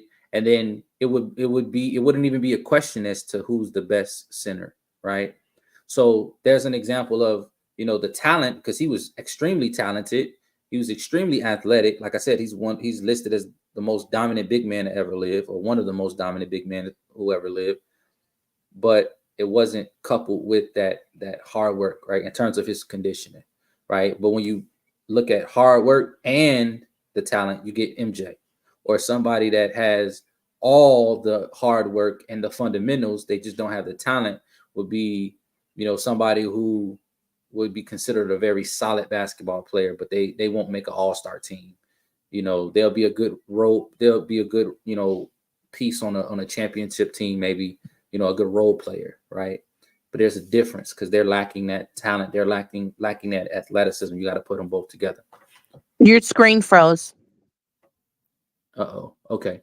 Well, I'm going to back out and come back in to fix my video. In the meantime, you guys share your thoughts. Somebody speak on what we covered, the lesson. Yeah, someone bring it out. The perspective or the analogy that I gave or anything that we talked about on this. I'll be right back. Yeah, anyone have any insights? Any what I think is beautiful in regards to the grafting process, when you think about grafting, especially if you look at it from the plant side, when he was talking about it, because I'm always watching videos on growing stuff and I watch them graft and I watch them do all that stuff because I'm excited for us to have the land one day and grow stuff. Like I want to have soursop and mango and avocado and all that stuff. So but one thing that I know about grafting is that I think is beautiful is you can take literally a baby plant and graft it to a more mature plant. And what happens is when you do that, it allows that one branch that you grafted to produce fruit more quickly than if you would have left it growing in its own pot. Like they say some trees don't produce their first fruit for like 10 years. And you sit there and you go, man, 10 years is a long time to get an orange or an apple or any kind of fruit, right? Whatever it is that you're trying to grow. And to know that you can graft it to a more mature plant, you can graft it to a plant that's 3, 4, 5 years old already, and it'll allow it to produce fruit sooner.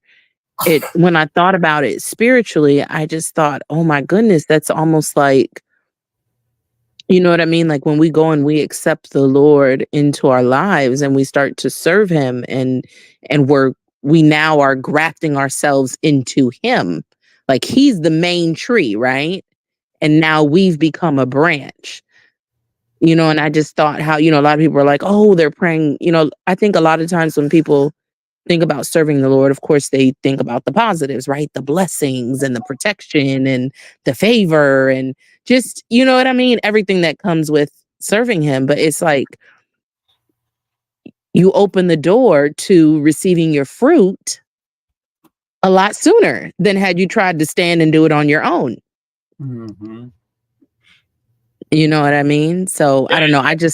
That was the analogy that came to my head. And I was just like, oh my God, like it's beautiful. So yeah, it's great because when you attach yourself like that and you say, okay, I'm going to learn from this individual or whoever, you're going to gain the benefit that you on your own couldn't have gotten. You know what I mean? It's really amazing, and you'll produce fruit earlier, right? Just like with the analogy of plants that don't produce for several years, right? But then you graft on, and you can start producing fruit earlier than if you hadn't been there, But what's also interesting with grafting and using that analogy is that plant now has a new outlet that it can produce fruit out of that it didn't have before if it didn't have anything grafted to it,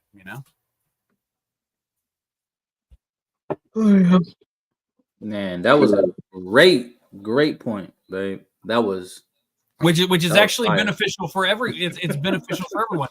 And it is crazy thing is with this analogy, it's actually an initial trauma to the plants.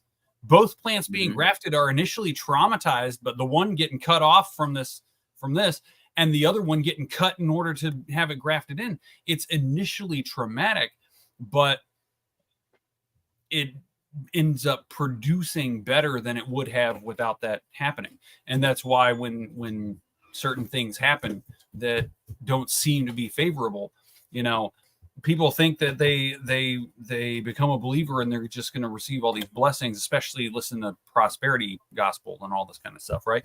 They believe they're going to receive all these blessings, and then something happens that they think is a disaster, right? And the thing is, it's actually not a disaster. It's the initial trauma of getting cut out of this and put into this, or getting this cut into you and put into you.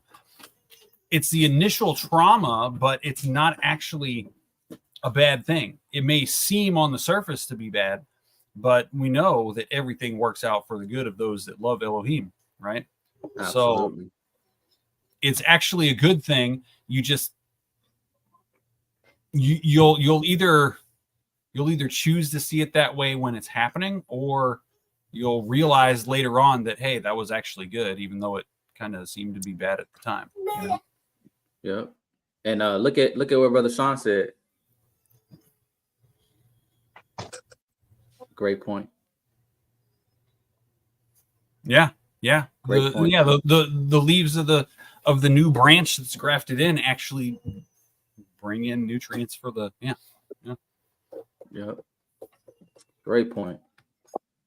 Y'all cooking today. Y'all cooking today. I mean, we could go through this analogy like crazy, man. There's know, so right? many different aspects of this analogy too. You know, Paul definitely chose a good analogy to use here, because there's so many different aspects.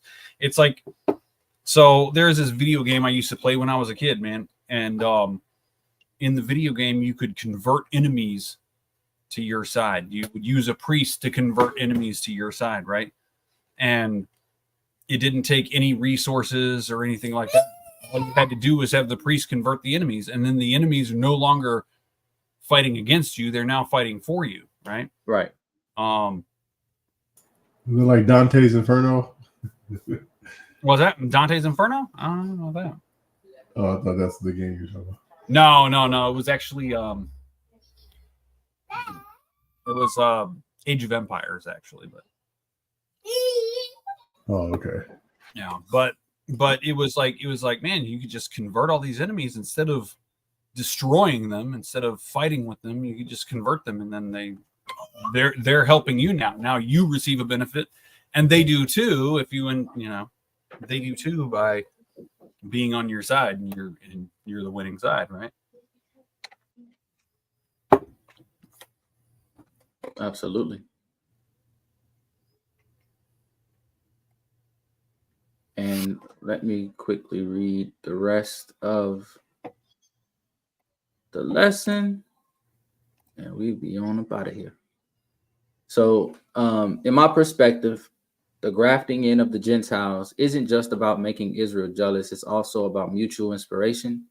When I think about a Gentile, someone from a pagan background with no understanding of the Torah or the Most High, yet who embraces the Messiah with a sincere and passionate heart, it speaks volumes. That kind of dedication, coming from someone who wasn't raised with the knowledge of the scriptures, is incredibly inspiring. Despite their lack of foundation, they're willing to seek the kingdom and do what's necessary to serve the Most High. The elder, who should be teaching and guiding, looks at this young buck and is inspired by his dedication and passion, whether by jealousy, competition, or sheer awe. That is the essence of the grafting in. Yes, the Gentiles were grafted in to provoke jealousy, but it's also about being inspired. The elder can represent those of us who've been in this walk for years, can still learn from the young buck, who can represent those just starting or even those we've interacted with. We have to always remember that while we're called to teach, we can also learn from the passion and zeal of those new to the faith. If you are an elder, look to the young buck's fire to reignite that fire in you to do better, whether that means to get back into the scriptures and reading more, tap back into the spirit by praying more, or some other form of observance. And to you who are just starting out in this walk, remember things take time. Rome wasn't built in a day. You will grow in knowledge and wisdom. The more you read, have faith, and let the Holy Spirit guide you. Do not view your lack of knowledge negatively as a lack of foundation. Rather, focus on your faith and passion to seek the knowledge as your foundation. Okay? The grafting in isn't just a reminder of what Israel has lost. It's a reminder to all of us to stay open to inspiration and growth, no matter where it comes from. It's about both teaching and learning from one another as we all strive to serve the Most High. So, does anybody else have anything they would like to share or any questions they would like to ask? Sister, go ahead. Whoever just unmuted their mic. I did have a question, like from the beginning, Yeah. where you said that at first, like salvation wasn't always offered to the Gentiles. But then, like, what about the situation with Rahab? Because wasn't she a Gentile? Wasn't she like a Canaanite? So you're referring to Rahab, right? You're referring to prior to the grafting in of the Gentiles, because prior to one of another nation had to sojourn in order to be accepted, right? But that process was slightly different. You had Rahab, who was a Canaanite, right? She had to sojourn in Israel. She had to renounce her previous life to include her gods and idols, right? And serve, believe in the Most High, keep the Torah. And then she was accepted as a member of the congregation of Israel, at which point she was no longer considered a Gentile, so to speak. The word Gentile mostly appears in the New Testament. In the Old Testament, they refer to them as strangers or heathen or one of another nation, different things like that. But the difference between the Old Testament and the New Testament in regards to accepting outsiders, right, is Old Testament, there was stipulations that you had to meet in order to be considered Israel. In the New Testament, there is stipulations. However, it's more focused on accepting the Messiah and having a sincere heart to based on faith, to be that beginning start of, seeking the Most High, being obedient, keeping His law, statutes, and commandments. In the Old Testament, you ain't have a choice. You had to keep them law, statutes, and commandments, right? But even doing that would have stemmed from having that faith, right? So they're almost two sides to the same coin, except there was more emphasis on faith on the New Testament side of the house to get those newly converted Gentiles, to get them in front of the teachers so that they could learn the Torah, because a lot of them didn't have any background.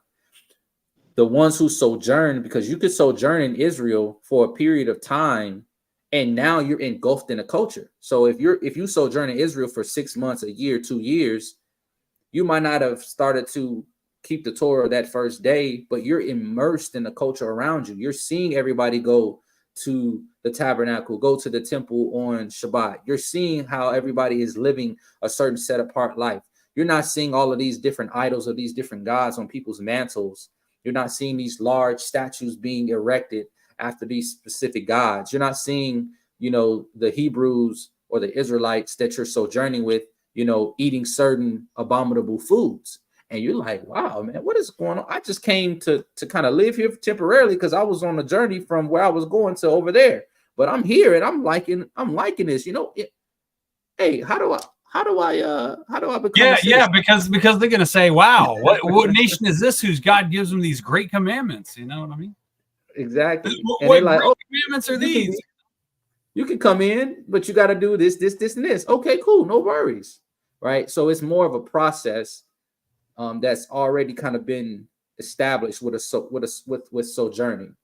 With a Gentile, most likely, during the time period of Paul's epistles, you would have the Gentile in their realm, in their culture, in their society, in their region, where they got the idols everywhere.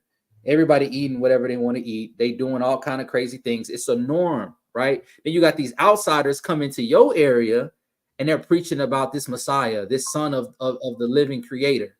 And you like, what are y'all talking about? So they sitting outside and maybe in a courtyard and you just post up because you're curious and you're hearing the words, right? And the words are really touching your heart and you going, wow, this is beautiful. This is amazing. No way that this can't be true. But at the same time, you're seeing them heal the sick, bring people back from the dead, and doing all of these miraculous miracles that you've witnessed that you haven't witnessed your gods, your idols doing. And you like, oh no, this got to be the real deal. So then you walk up to the apostles or to whoever is preaching the gospel or who's baptizing folks. Hey, can I get baptized? What do I got to do to be a part of this? And they're like, do you believe? Yes, I believe. Okay, well, let's baptize you. Right. And then Now you're grafted in, and now you're living this new life, but you don't know how to live it because you don't have a foundation in the practices of these people. So now you're having to kind of start from scratch, but you're motivated. On the other side, in the Old Testament with the sojourning, you've been immersed in the culture.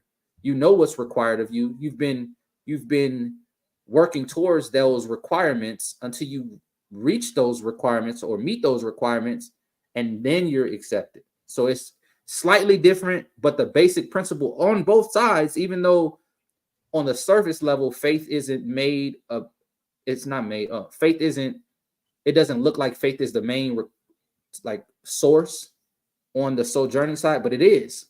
It has to be. Yeah, it actually is. Right? Yeah, you had to have faith, otherwise you wouldn't do it. You just right. Like, who's gonna just give up everything in their life for nothing?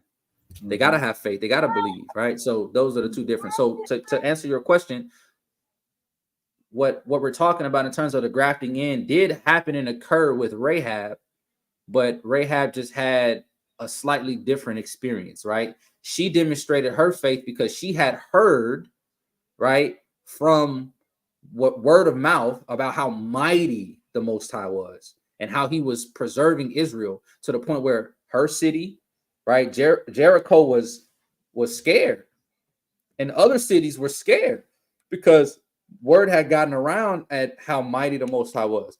So just hearing that, she's like, man, they mighty one, their Elohim don't play. And so when the spies arrived, she was like, yeah, I'll help you out, but can you please remember me when you come and attack the city? So that act right there was an act of faith, which is confirmed in James chapter 2, right, between verses 14 through 26. I believe it starts talking about Rahab around like verse 21-ish, right? But it mentions her because what she did for those spies was a demonstration of her faith and action, because she took action. She had to literally imagine. Yeah, because faith actually is an action. It's not something you just mentally do. It's actually an action. It's what you believe is demonstrated by what you're doing, right? And she took the action. She said, you know what, I'm gonna conceal you from the guards looking for you. I'm gonna, put you up on the roof so you be safe, and then I'll let you out and you escape, but just make sure you remember me, And think about it like that. Rahab was probably one of the only people in that entire city who was willing to do that. And then think about how open it was, right? Anybody could have saw the spies and reported her. And then think about the guards that came to her for her to have the composure to be under the stress and anxiety of being interrogated by guards asking about these people, to hold her composure, to turn them another way. Oh, they went over there, right? And not be obvious and get them caught. And then she put her life on the line and the life of her entire family on the line. Which was an action. It wasn't exactly. It wasn't just simply a mental decision that she made. It was an action. She action to demonstrate the faith that she had, because she believed that if she did this, Yeah.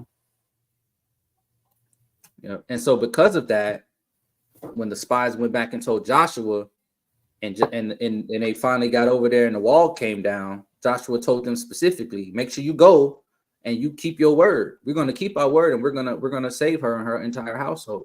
And Joshua chapter 5 is what goes into that. And it says that, and Rahab lived amongst Israel, sojourned in Israel unto this day. So it showed as evidence in Joshua chapter 5 that Rahab had become integrated with Israel. And then we also see it later on in the Messiah's lineage that Rahab was an ancestor to Boaz.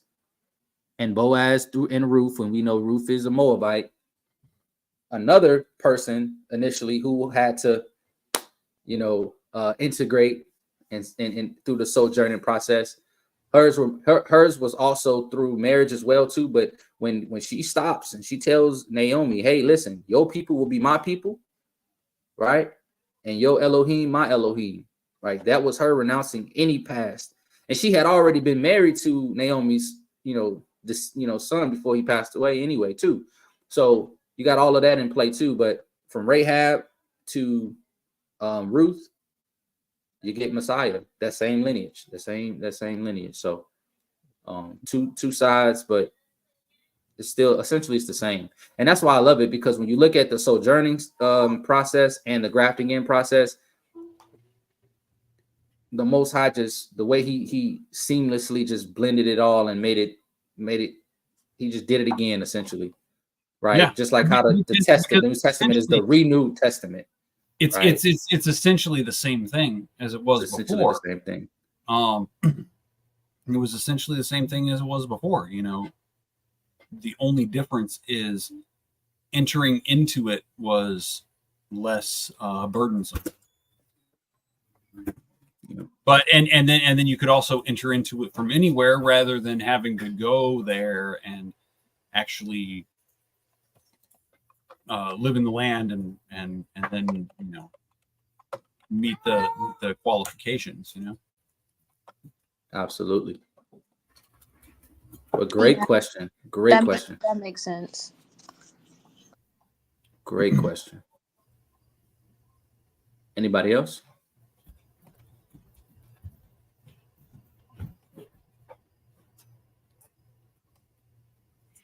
All right. Hey, Nana. Well, Nana, close the door. If you love the content, for those watching on Facebook, keep tuning in with us. For those watching on YouTube, again, Shabbat Shalom to Truth. I appreciate you for coming on. You're more than welcome to come back anytime.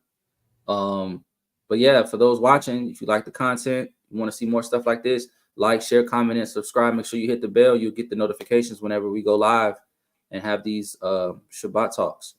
Comment. And also, apparently commenting on other people's comments affects the algorithm differently than just commenting. So if someone else made a comment and you have anything to say about it, comment on their comment. Yeah, get the conversation going, for sure. Get the conversation going.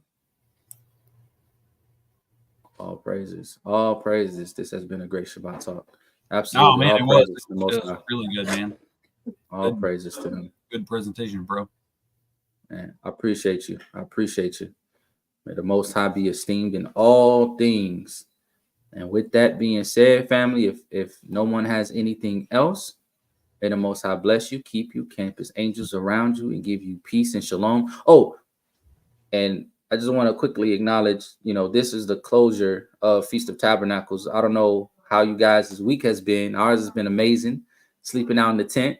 I should have opened up with that, but it's been amazing. It's been great playing games and just sleeping out there in the open. My daughter's right here, just got a big old dumb smile on her face. Just the kids loved it. Kids loved it. They asking when the next time they can get back into the tent. Oh man, camping's great, man. Camping is it's been good. It was better this year than last year. The first time you go camping and you're like doing without regular amenities that you have. The first time it kind of seems bad, but then when you look back at it, you're like, wow, that was actually pretty cool. And then the next year you're like, oh man, this is great. And generally for me anyways, and for my kids, because the first year we went camping, they didn't like it. They were like, oh, we don't like it, man. But the next year they were like so excited to do it, So yeah, it grows on you. It's something that you're like, wow, yeah, it's actually really nice. And then you get the peace and the, it's so much different than just the way we ordinarily live. You know what I mean? It's a very good way to disrupt the ordinary day-to-day minutia. You know what I mean? Yeah, absolutely. So I'm excited. Hopefully next year we can do like a massive Feast of Tabernacles together where we all congregate. We can all bring our tents, have a little community of just tents, a nice big old bonfire in the middle, going over scripture, exchanging stories, seeing the kids, run around and play with each other. That would be absolutely amazing. But yeah, so I hope and I pray that you guys this week, your Feast of Tabernacles has been a blessing. I think everybody got rain. I know we did. I saw people in the chat that was talking about rain. So, all praises for that. And that's all I got, family. I'm glad you guys. Perhaps we can make the next coalition retreat for Feast of Tabernacles at a campground or something, I'm down. I'm definitely down. Say less. Say less. I'm trying to keep up with all these. And thank you, Sister Ava, for your prayers. I appreciate you. We got faith. Right? We not worried about this hurricane. You know what I'm saying? Even if it does hit, we know that the Most High got us, and we got faith that He's going to keep us protected. Yeah, you know what? I just want to recognize Ava, man. She is she's always doing great things, man. It's beautiful. And thank you. Yes, absolutely. I'm sorry for laughing, but I just saw her comment. She said, "Sounds like y'all pray for too much rain, right? We pray for rain, and they sent a hurricane." Well, send some our way because it's still dry over here in Arizona. Got too much. But yes, Sister Ava is so amazing, so awesome. Not just past the humor, and because she's a very funny sister, but past all of that, so sincere, so dedicated, so loving. Just to call and check on you, man, sis, you the bomb.com for sure. Yeah. Right now, she said, "Yeah, stop praying now." Oh yeah, Greg said Coalition Comedian is here Tuesdays and Fridays, and all praises. But yeah, family, y'all have a blessed one. Have a blessed rest of your evening. Thank you for being flexible and coming in here a little earlier. But we about to get on up out of here, huh? It's pouring here, man. You got your rain, but we about to get on up out of here so we can get these supplies for these Floridians go crazy. Love y'all. And Shabbat Shalom, family. Shabbat Shalom, family. Shabbat Shalom, y'all. Shabbat Shalom.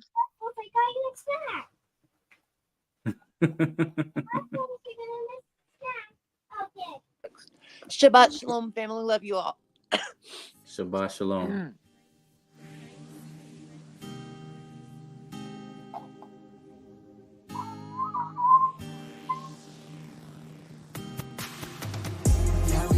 But we still know how to party. Sipping wine, reading scriptures, we be on it. I know these nations ain't to see us have a good time, but we don't care, we do it all for the Most High. Ain't nothing like an Israelite party. Ladies, if you try to get it started, ain't nothing like an Israelite party. Ladies, if you try to get it started. We be turning up in the right way. Fresh garments on, fringes hanging from our waist. You know we do it big on all the most holy days.